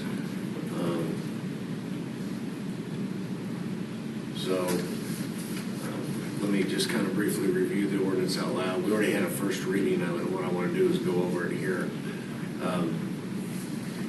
On December 4th, 2006, the Board of Commissioners passed an ordinance called the Animal Control Ordinance, designed to govern responsible ownership and decent treatment of domestic animals in Washington County. It's been brought to the attention of the Commissioners that there has been an increased incidence of ownership of certain exotic animals in Washington County. The presence of such exotic animals has created instances of increased danger to health and safety, whereas the Commissioners are empowered as the executive body to consider controls and enact and pass ordinances for implementation of such controls for preservation of health and safety and welfare. And whereas having considered the types and scope of dangers to residents and desire to minimize the restriction on freedoms of its residents, now finds that the previous animal control ordinance should be amended to specifically address the dangers presented by exotic animals. Now therefore be it ordained by the Commissioners of Washington County that the following changes shall be made to ordinance number 2006-03. Number 1, previous section 7, damage to property, shall become section 8. Basically what we're doing is inserting a new section 7. So section 8 should become section 9. There should be a new inserted section titled prohibited animals as follows. Ownership, possession, or maintenance of the following animals is prohibited except by special application to the Board of Commissioners for scientific or educational programs. Mammals, any North American non-domesticated mammal, and any exotic mammals, including but not limited to all species of monkeys, marmosets, and similar animals, all species of wild felines, canines, bears, similar animals, and hoofed animals such as antelope and similar species. Birds, all except those specified and identified in section 7B, which is set forth below. Reptiles and amphibians, except those set forth below, and invertebrates, all venomous invertebrates, including but not limited to widow spiders, scorpions, and similar animals. And then B is animals that are allowed: hamsters, mice, rats, gerbils, guinea pigs, and other mammals commonly used or sold: birds, parrots, parakeets, cockatiels, finches, canaries, pigeons, doves, and then reptiles and amphibians, basically non-poisonous snakes. So turtles, salamanders, frogs, and toads, those are allowed. So that's the, and then finally it concludes with this ordinance adopted by unanimous vote of the Washington County Commissioners at its regular meeting March 6, effective upon publication. We'll need to amend that to reflect the current date, but that's when it was first presented, and we decided to follow up and ask me to take that. So what I would ask is that you consider this, whether you want to revisit it the next meeting or go ahead and make it effective immediately, subject to changing it effective immediately in the language at the bottom of page 2. The signatures are on the second page, so that can be addressed in today's meeting. So do you want to make it effective as of today's passage, or do you want to take it up after amendment at another meeting? We should do it today. Okay.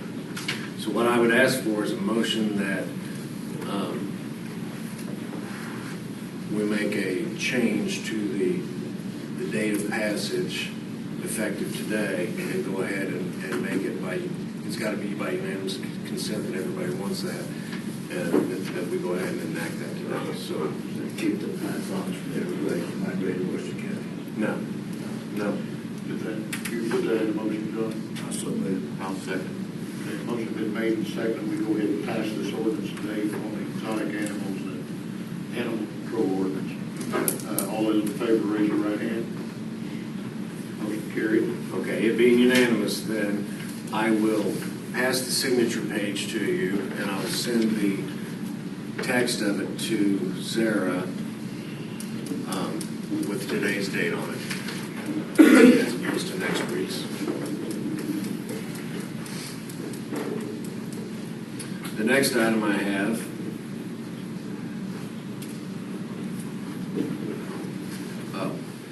edit plan.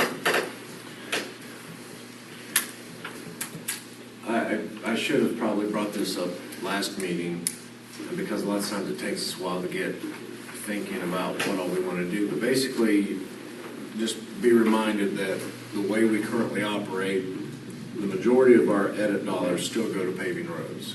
And it's divided 3 ways into 3 different districts.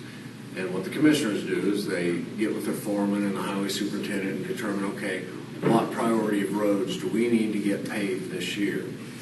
And because we write the edit plan as a 2-year plan, you can probably look at this past year's edit plan, look at your list and say, okay, which one of those got paved? The ones that aren't paved, start at the beginning of the new list, add to that what roads you got. But I'm going to need a list of roads from all 3 of you, and I think you need to be talking to your highway department foreman between now and the next meeting and contact me, and I'll start putting together that edit plan.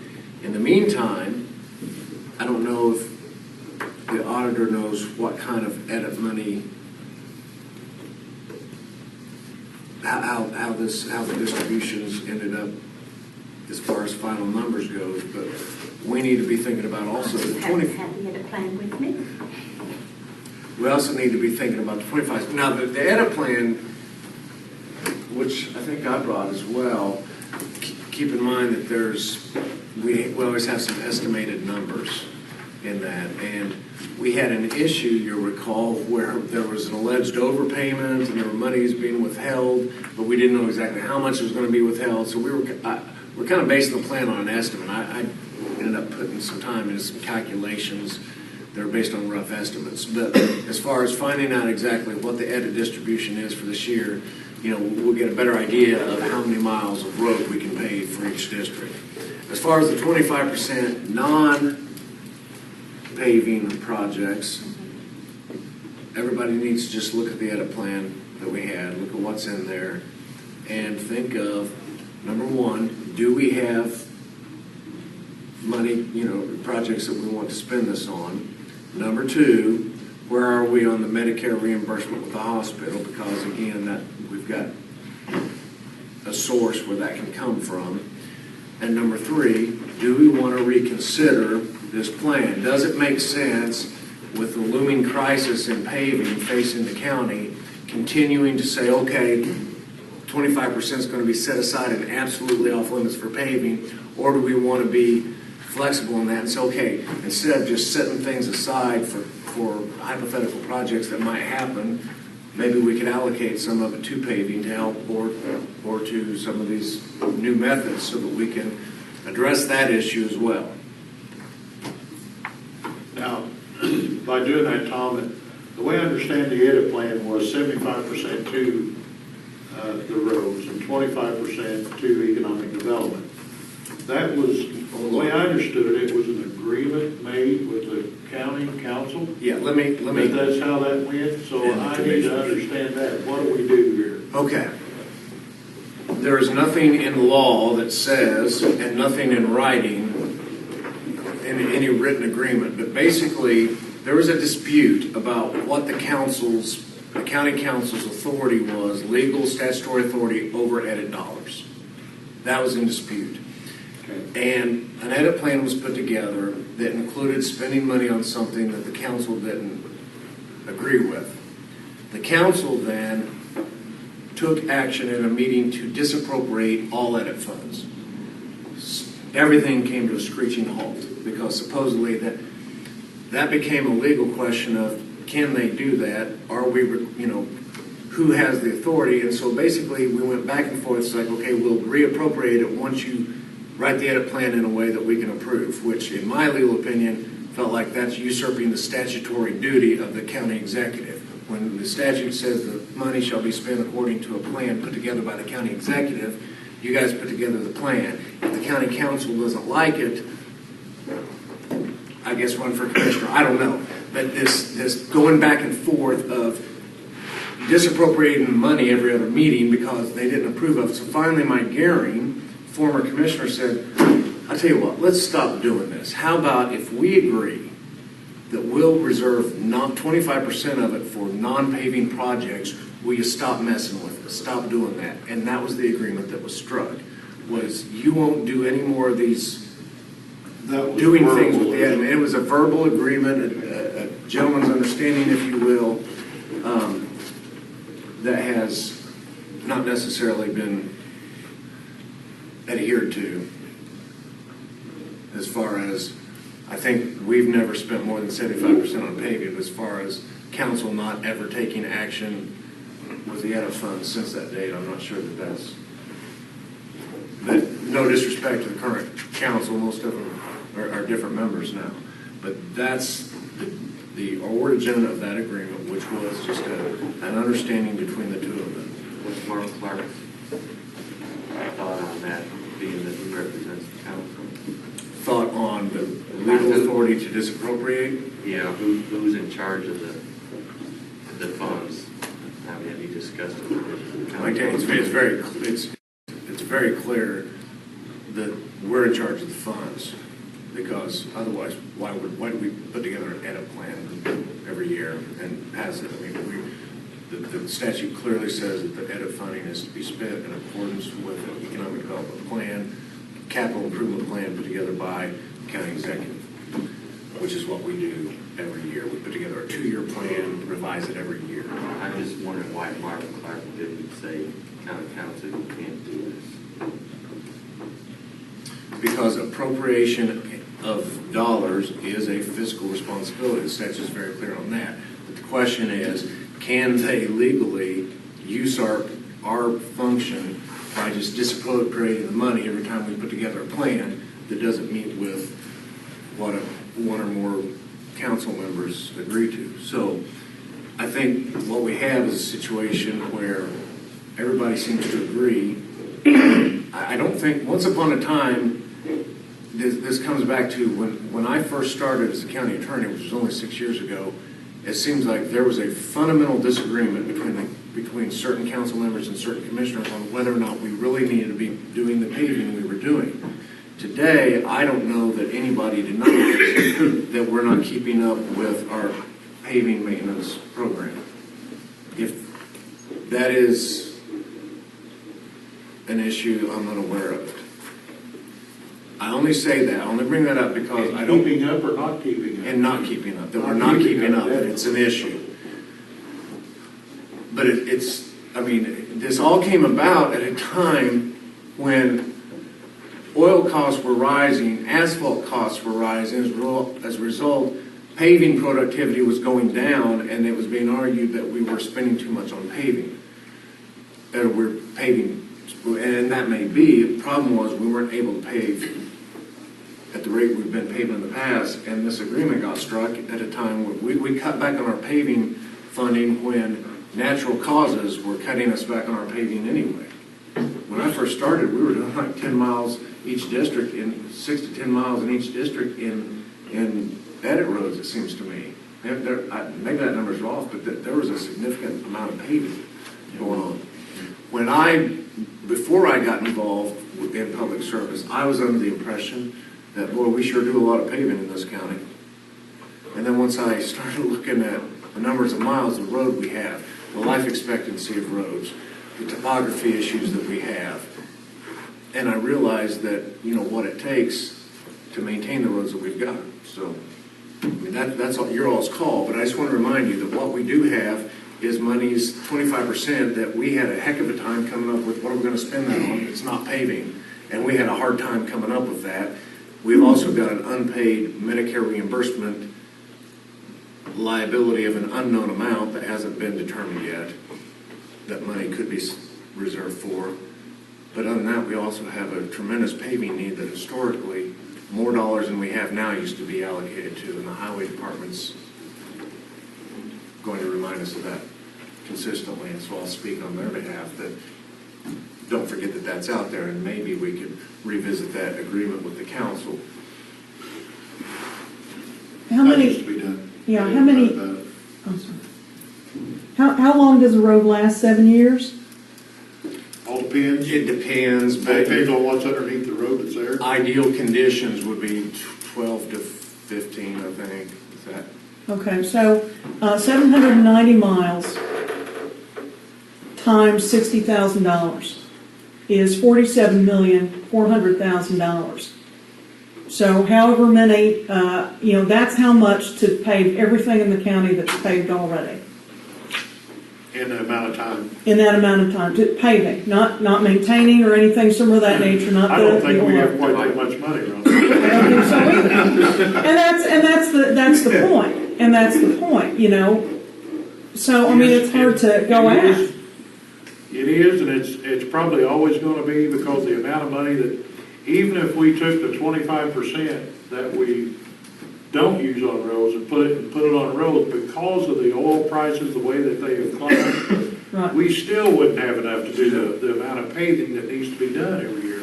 It's There, but, and Gerald, I know he gets mad at me sometimes because I see his face get red, so I know, anytime his face gets red, I know he's mad. But the way I look at it is, well, we know we're not gonna have the funds to go out and blacktop everything. We know we're not gonna increase the tax burden on these people. I mean, that's the way I look at it. To me, I don't want to. So the only other option is we need to get smarter on some of the things that we do. So what can we do to do it, to get the job done, to preserve our roads, yet do it as economically feasible as possible? Now, we have looked at good gosh, all kinds of situations, and once we get to me, I'll fill you in on some other situations that we've been looking at, but it's just it's a battle every year, and until these oil prices start dropping down and the price of blacktop starts decreasing, we're gonna be behind the gun every year, you know, no matter what. It's not gonna change. Well, let me Sorry, Tom. let me Go ahead. conclude just by saying I am going to be contacting you guys. If you don't call me in the next week with a list of roads, I'm going to call you, and I need your ideas about what types of projects you want that 25% to go to if it's not to go to paving. Because the plan runs from June 1st through May 31st. Last year, we ended up having a special meeting for 3 different purposes, one of which was to sign the edit plan on May 31st. But because we have a 2-year plan in place, we're not technically in default, but I'd like to So get I guess it. we need to meet with our foreman. If you would, please. Well, I've already got mine, and my foreman's already taken me around the county, and already worked out the list, so I've got a list to turn in. But I don't think I have it with me today, I'll check and see after the meeting. But he come up with like,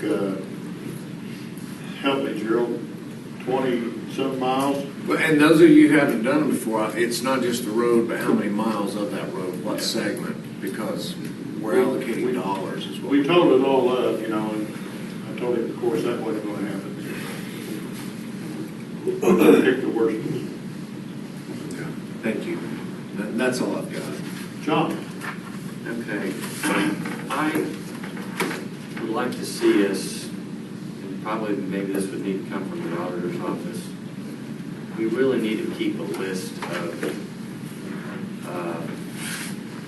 upcoming major liabilities at every meeting, you know, that for us and the county council. It's like this Bridge 113 thing came up, and we had all forgotten about that.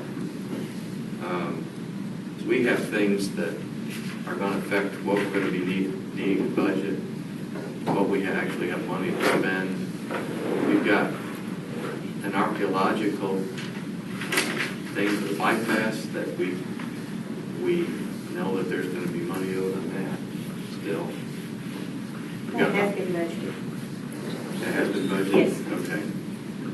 The hospital reimbursement, when we're carrying $100,000. But we just need to just make sure we stay on top of things that are going to be coming up that, you know, we just need to know. And I don't know, the solution would be just to keep every time we have a meeting when the county council meets and the commissioners, we just keep that list and we add to it and take off as just a separate report of projects that we don't have funding in place or budget. Yeah, I think that's appropriate, and when the budget comes out, the auditor always gives you last year's budget with blanks, and then you cross-reference, are all these things on this, because there might be new things that hit.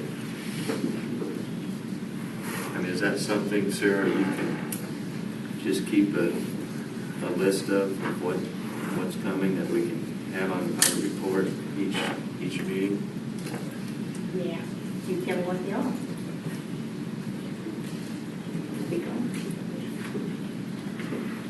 Well, Like the highway department does it with all the equipment. Every time we gotta keep track of how many years we're leasing items of equipment before the term of the lease runs. And then, so when budgeting comes up, they've got a running list of, here's how many years, here's how many payments have been made, and they know exactly where they are. And that's the type of thing that you're talking about, is keeping a comprehensive master list, I think. Point of question on that, from a county council perspective. When that note was taken on for that bridge, it was a process of probably the commissioners that took that note on. right? So it was an order of business and an order of minutes.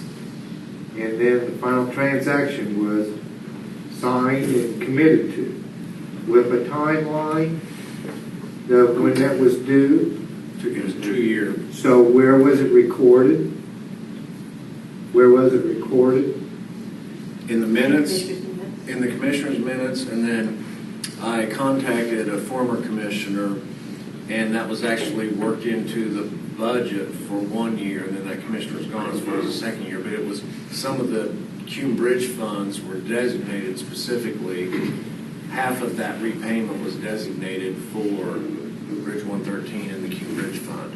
And I remember that one of the budgets, when I first come on, we had quite a bit slashed out of that budget, that cumulative budget in there. Was that, I'm just asking here, was that probably some of that money that we had put off to pay that note? Because I really want to track this thing down. Could have been possible.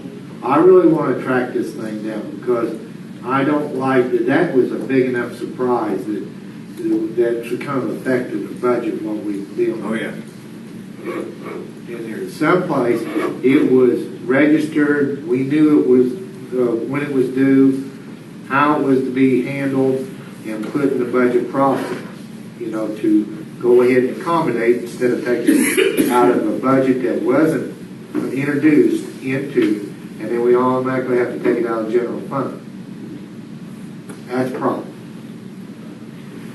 Even if we have things of leases that you know what's owed, like on these ambulances, how much more?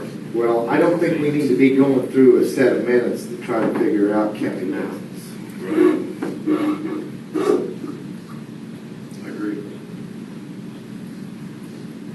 And anytime we set something up like that, you know, head down the road, the commissioners that set it up may not be here.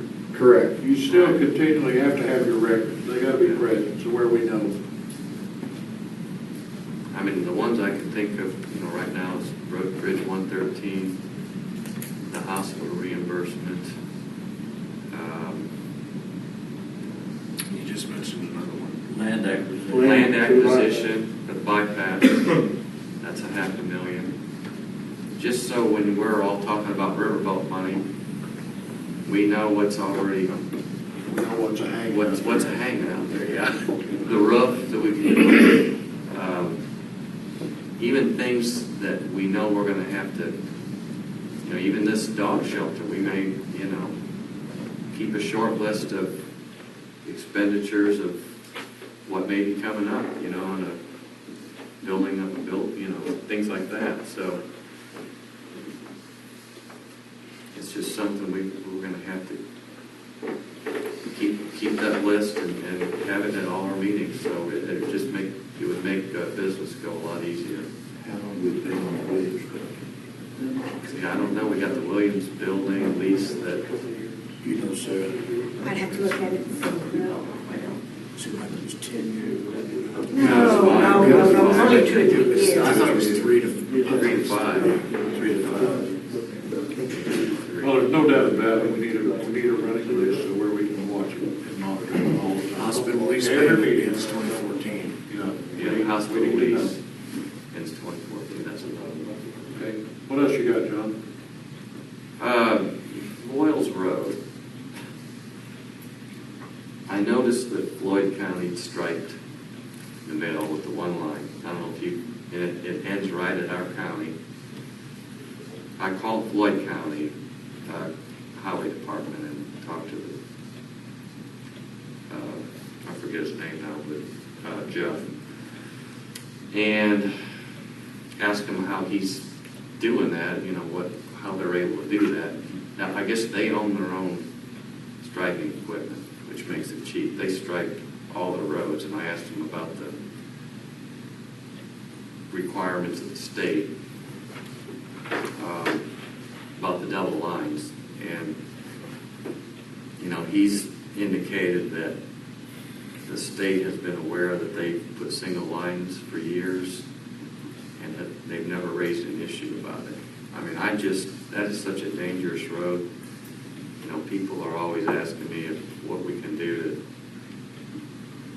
that, I mean, I'd still like to see if we can put a line, if we can get Floyd County to let us put a stripe. I'd rather see a line there than someone get killed. You know, if Floyd County can stripe a single line, then surely we could do one road and meet it when they meet theirs. That's my thought. What's the danger on Boyles Road? It's just so heavily traveled and people travel at such high speeds. I mean, I used to. So would a stripe down the middle slow them down? I just think it wouldn't slow them down. It would just keep people separated. I think it would just help them. I mean, are there head-on collisions? Is that- There was one. Where there's head-on collisions, I Yeah. see that being an issue. There was 2 years ago a head-on collision that killed that guy on Boyles Road. Do they not put double lines, or? They just put single line.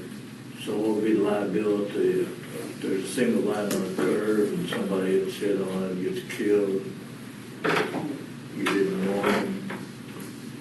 What would be the ramifications?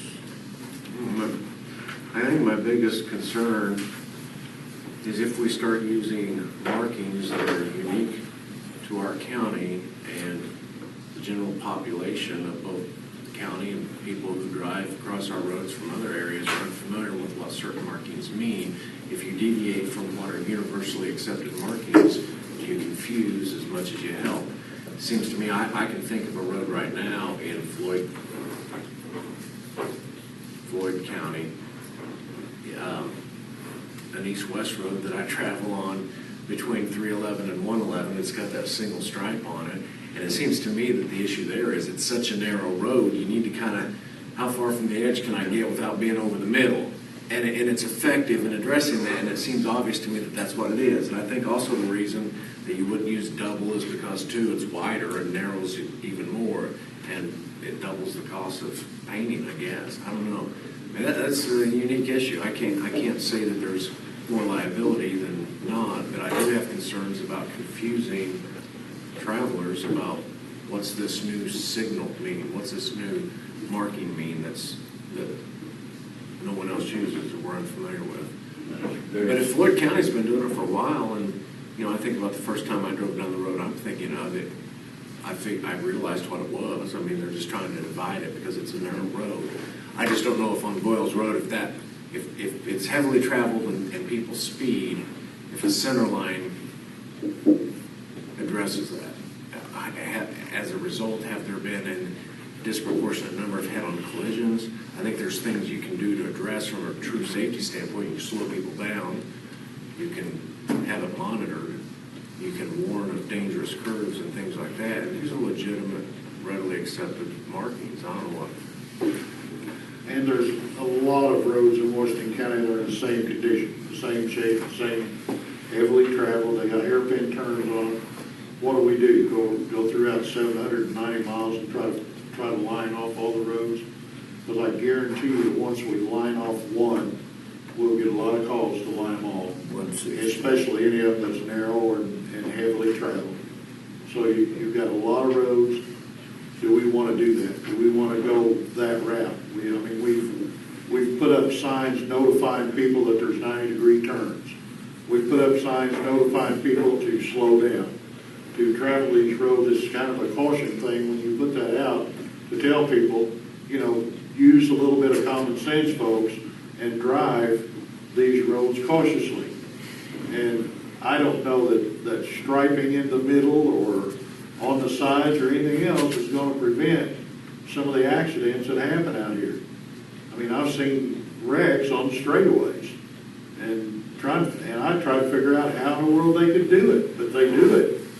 I mean, it's just things that happen. I don't know that striping is going to make any difference.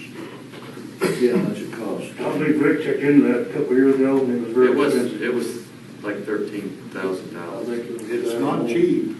To do that, but that would be hiring a firm. I was just going to say if you could get Floyd County to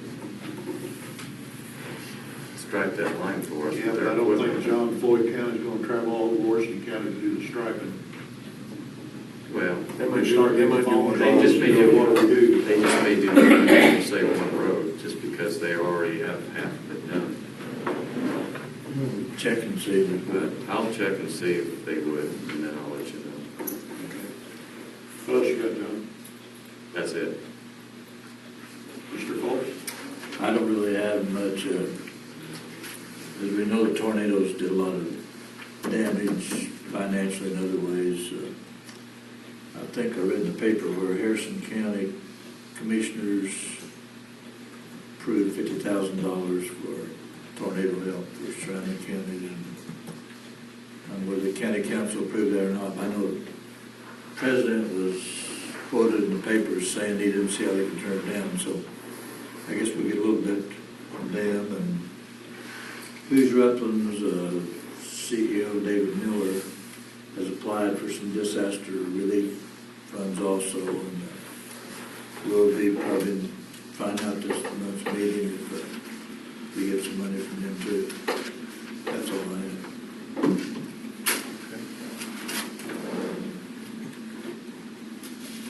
Sarah, do you have anything? Okay. I've got just a couple of things here that need to be brought up. Last meeting, we discussed the bridges in Salem, especially the bridge that goes across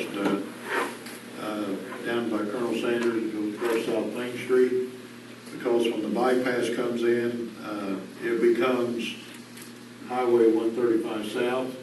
You know, they'll be converting that, and it'll be, the rest of the road will be turned over to the city of Salem, which when it's turned over to the city, the road's turned over to the city, any of the bridges in that area are turned over to the county. The county bridge, Mike Goring has went ahead and done an inspection on it. He asked the state to go ahead and do the inspection also, and the bridge is in good shape. Shouldn't be any problem there, so I don't think it's going to have to be too much of a concern.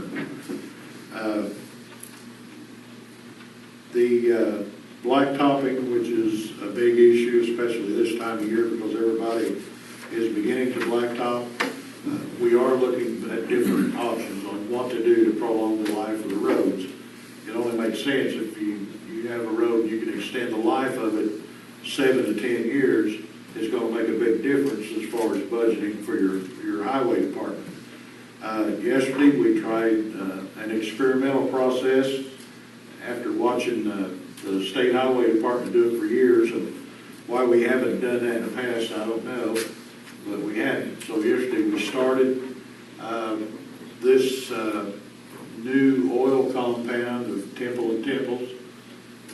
They go out and we're starting to seal the cracks in the road where it's the decent roads that we have developed cracks because of the freezing of water and everything underneath.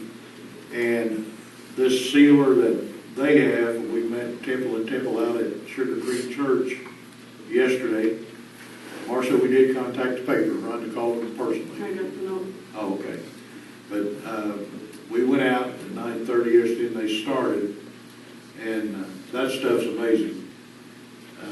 They don't use sand. They just fill the cracks with it, and when you look at it, you'll swear it's wet. Maybe it's not. I put my hands on it. After 10 minutes, it's dry. It seals up, and it seals up these cracks. I did go out last night after the rain, during the rain, and the water was running right off the road. The big issue we were having was the big cracks in our county roads. When rain or snow gets down there, what happens, it freezes up and it lifts the blacktop, and of course, snow plows come through and hit it, or big heavy equipment goes through, crunches it up, and it really tears your roads up. So by getting the sealing process going, I think it's going to be a good lifesaver in the future for our county roads. We won't know for sure, 100% sure, until, of course, next year, because it's going to go through a winter, okay? But I think that I would like to, in my district, to go ahead and do a few more miles. Now, Reason being is, when we blacktop, it cost us almost $59,000 a mile to blacktop roads. A mile of the sealing of the roads to do is $2,850 for a mile. So I think the cost savings is tremendous enough that we should go ahead. And so I'm going to go ahead, taking blacktop money, some of it in District 3, and using it for the sealing process. Then that way we'll know, because we're using it in different areas. We're using it in hilly areas, we're doing it in areas where there is bad crack. So hopefully where a lot of sun hits it or whatever. So we're using it in enough areas that it should be a good report whenever we do turn it in. Also, I talked to Terry Temple yesterday on the roads. Gerald, you're going to have to help me on this. He has done some blacktopping, and there is a new system that he's doing for the county this year, and it's a taper on the edge. I think if you drive any county roads, you see the edges of the roads as they bust up, okay, and have cracks in them and things. And Gerald helped me with what he called it, because I don't have a clue. That's the way Billy talked, we're bringing it in just right to the edge of the grass. They're not going over on the grass at all. Yeah, they're just, and it's a taper deal where you won't, And Billy said it's not like a drop off, that we've seen in the past or anything. It's a taper, but it's still solid. Hopefully it won't crack like it had been. So that's, as far as the roads, that's a progress report on it. If you remember, 2 years ago, we purchased 3 mowers for the county. We bought them off of Lucas. He was low bid, and plus he was here in Washington County, so we went ahead and made that purchase. When we looked at the mowers, it looked like they would be fine because they had power takeoff units on it. We thought, well, that's going to be a good deal for us. After we got the mowers and got to mowing, we looked and found out there's in between the blades and the power takeoff, there's a hydraulic unit stuck in there. Why they do that, I don't know. Maybe Gerald can explain that. But because of that, in order for that mower to work the way that it should work, we have to slow down. Okay? Those mowers, they work great. They look like somebody had a riding lawnmower along the edge of the road whenever you slow down. The problem is you can mow about 2 miles an hour. And that's about all the faster you can go. You go any faster than that, it looks like you've just knocked it over. It's real shoddy looking. It's not good. So, each district has an average of 270 miles. Now, if you gentlemen want to figure that up and do the math, 2 miles an hour don't cut it. You would barely get a township done, and it'd be time to go back and remow the township, and all the other townships would be left without getting mowed. Okay? The real type mowers that we had that run directly off the power takeoff, our whole districts could be mowed in a week and a half, and it'd take care of all of it. Now it's going to take each district about 10 weeks. Now, with the way the grass is growing, you can figure that out. So, we need to seriously take a look at purchasing real type mowers that run directly power takeoff. If we could find a small county that would like to purchase our present mowers, if it's a real small county, or maybe a farmer and a hog farmer that would like to do a lot of mowing in his area, maybe we could sell these mowers and take the money and put them toward new ones.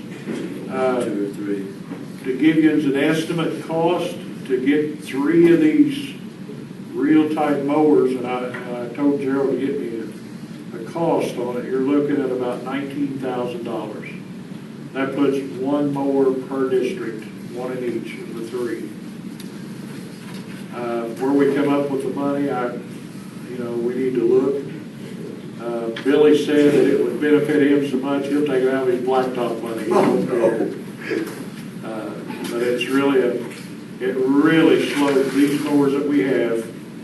I'm not saying they're bad, but I'm not saying they're just something that we can't use because of the miles. And I guess I'll be the first to admit, we just flat made a mistake when we bought those.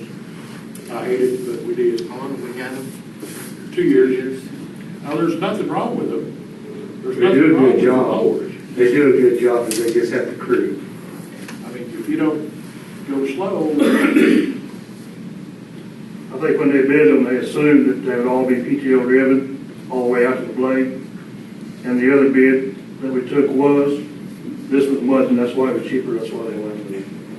We just assumed, or they assumed, that sometimes all of them would be PTO driven, and it wasn't.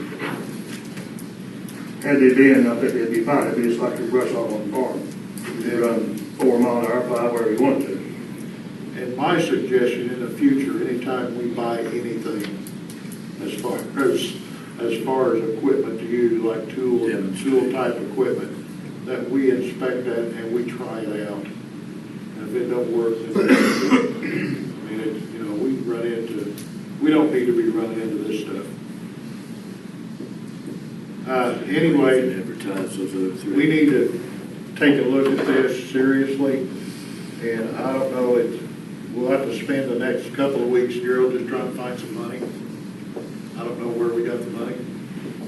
Where can you advertise these others, Gerald? We can advertise them, or we can go ahead and have our auction that we have every year. Can you trade? And, no, he did one trade, because his probably will be the same as ours.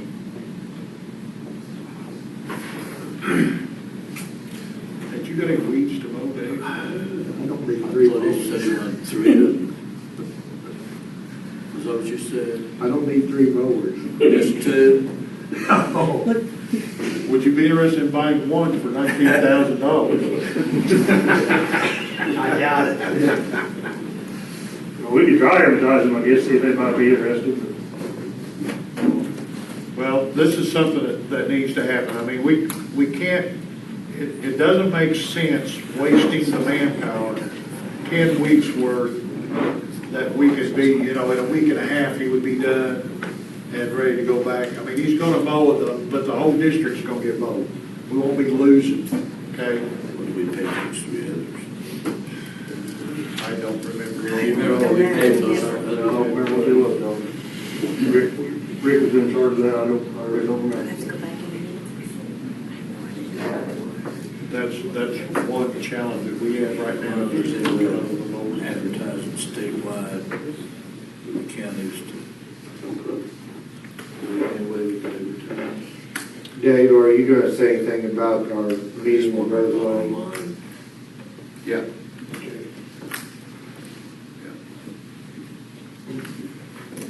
Okay, that's one. We need that issue, we need to resolve that somehow. I don't know, I'm gonna check with Donnie, my foreman, and if we can take blacktop money to do it, we'll do it. And I don't know, you have to talk to your foreman, but, we've got to do something.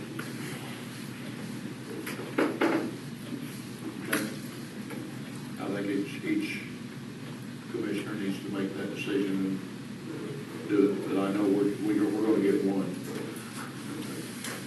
And we'll go from there.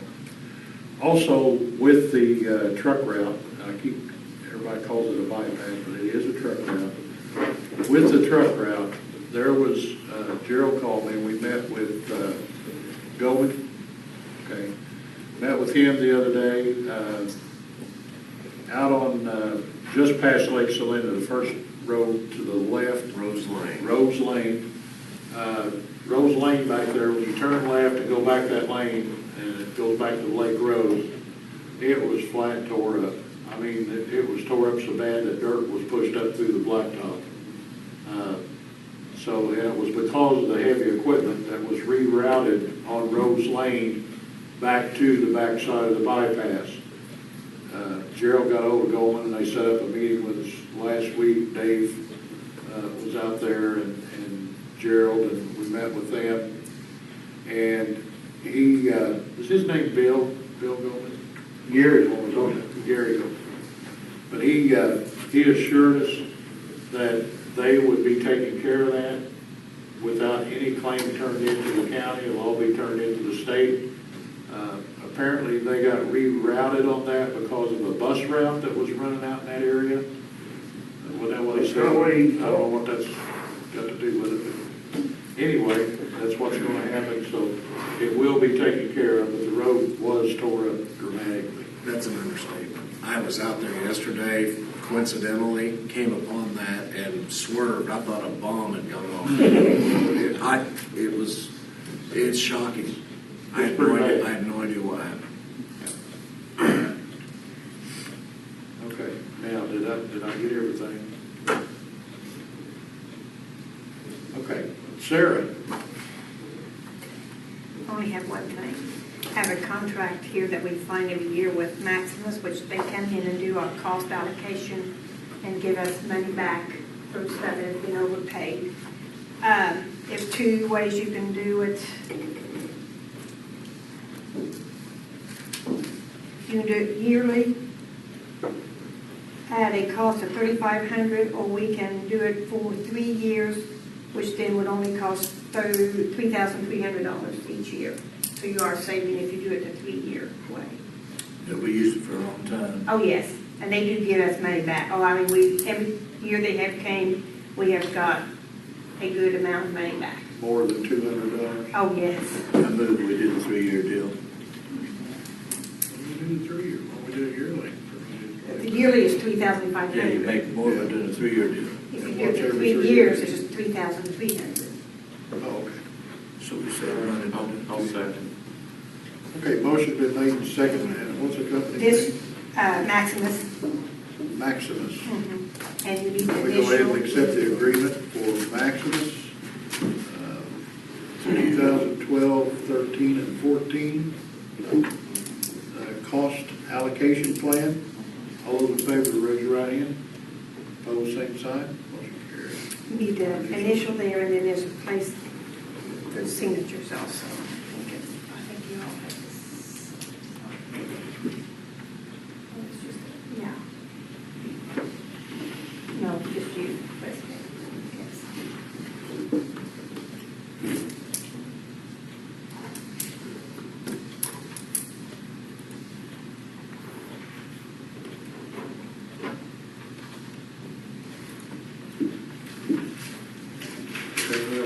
Just claims and payroll. Any question on the You claim? do both of them. There's 2 sets.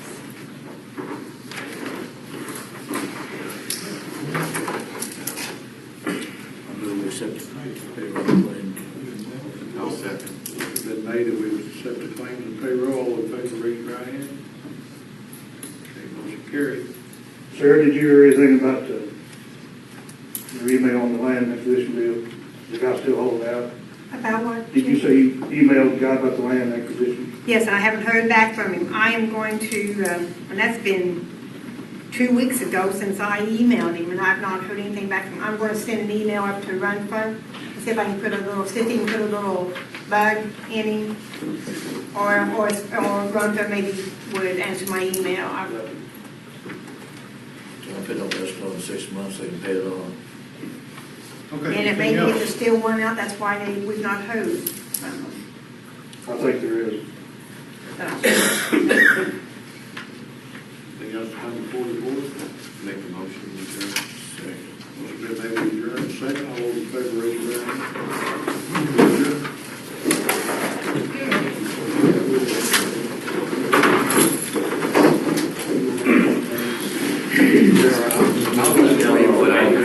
Well, you can't. Not yet. There you go.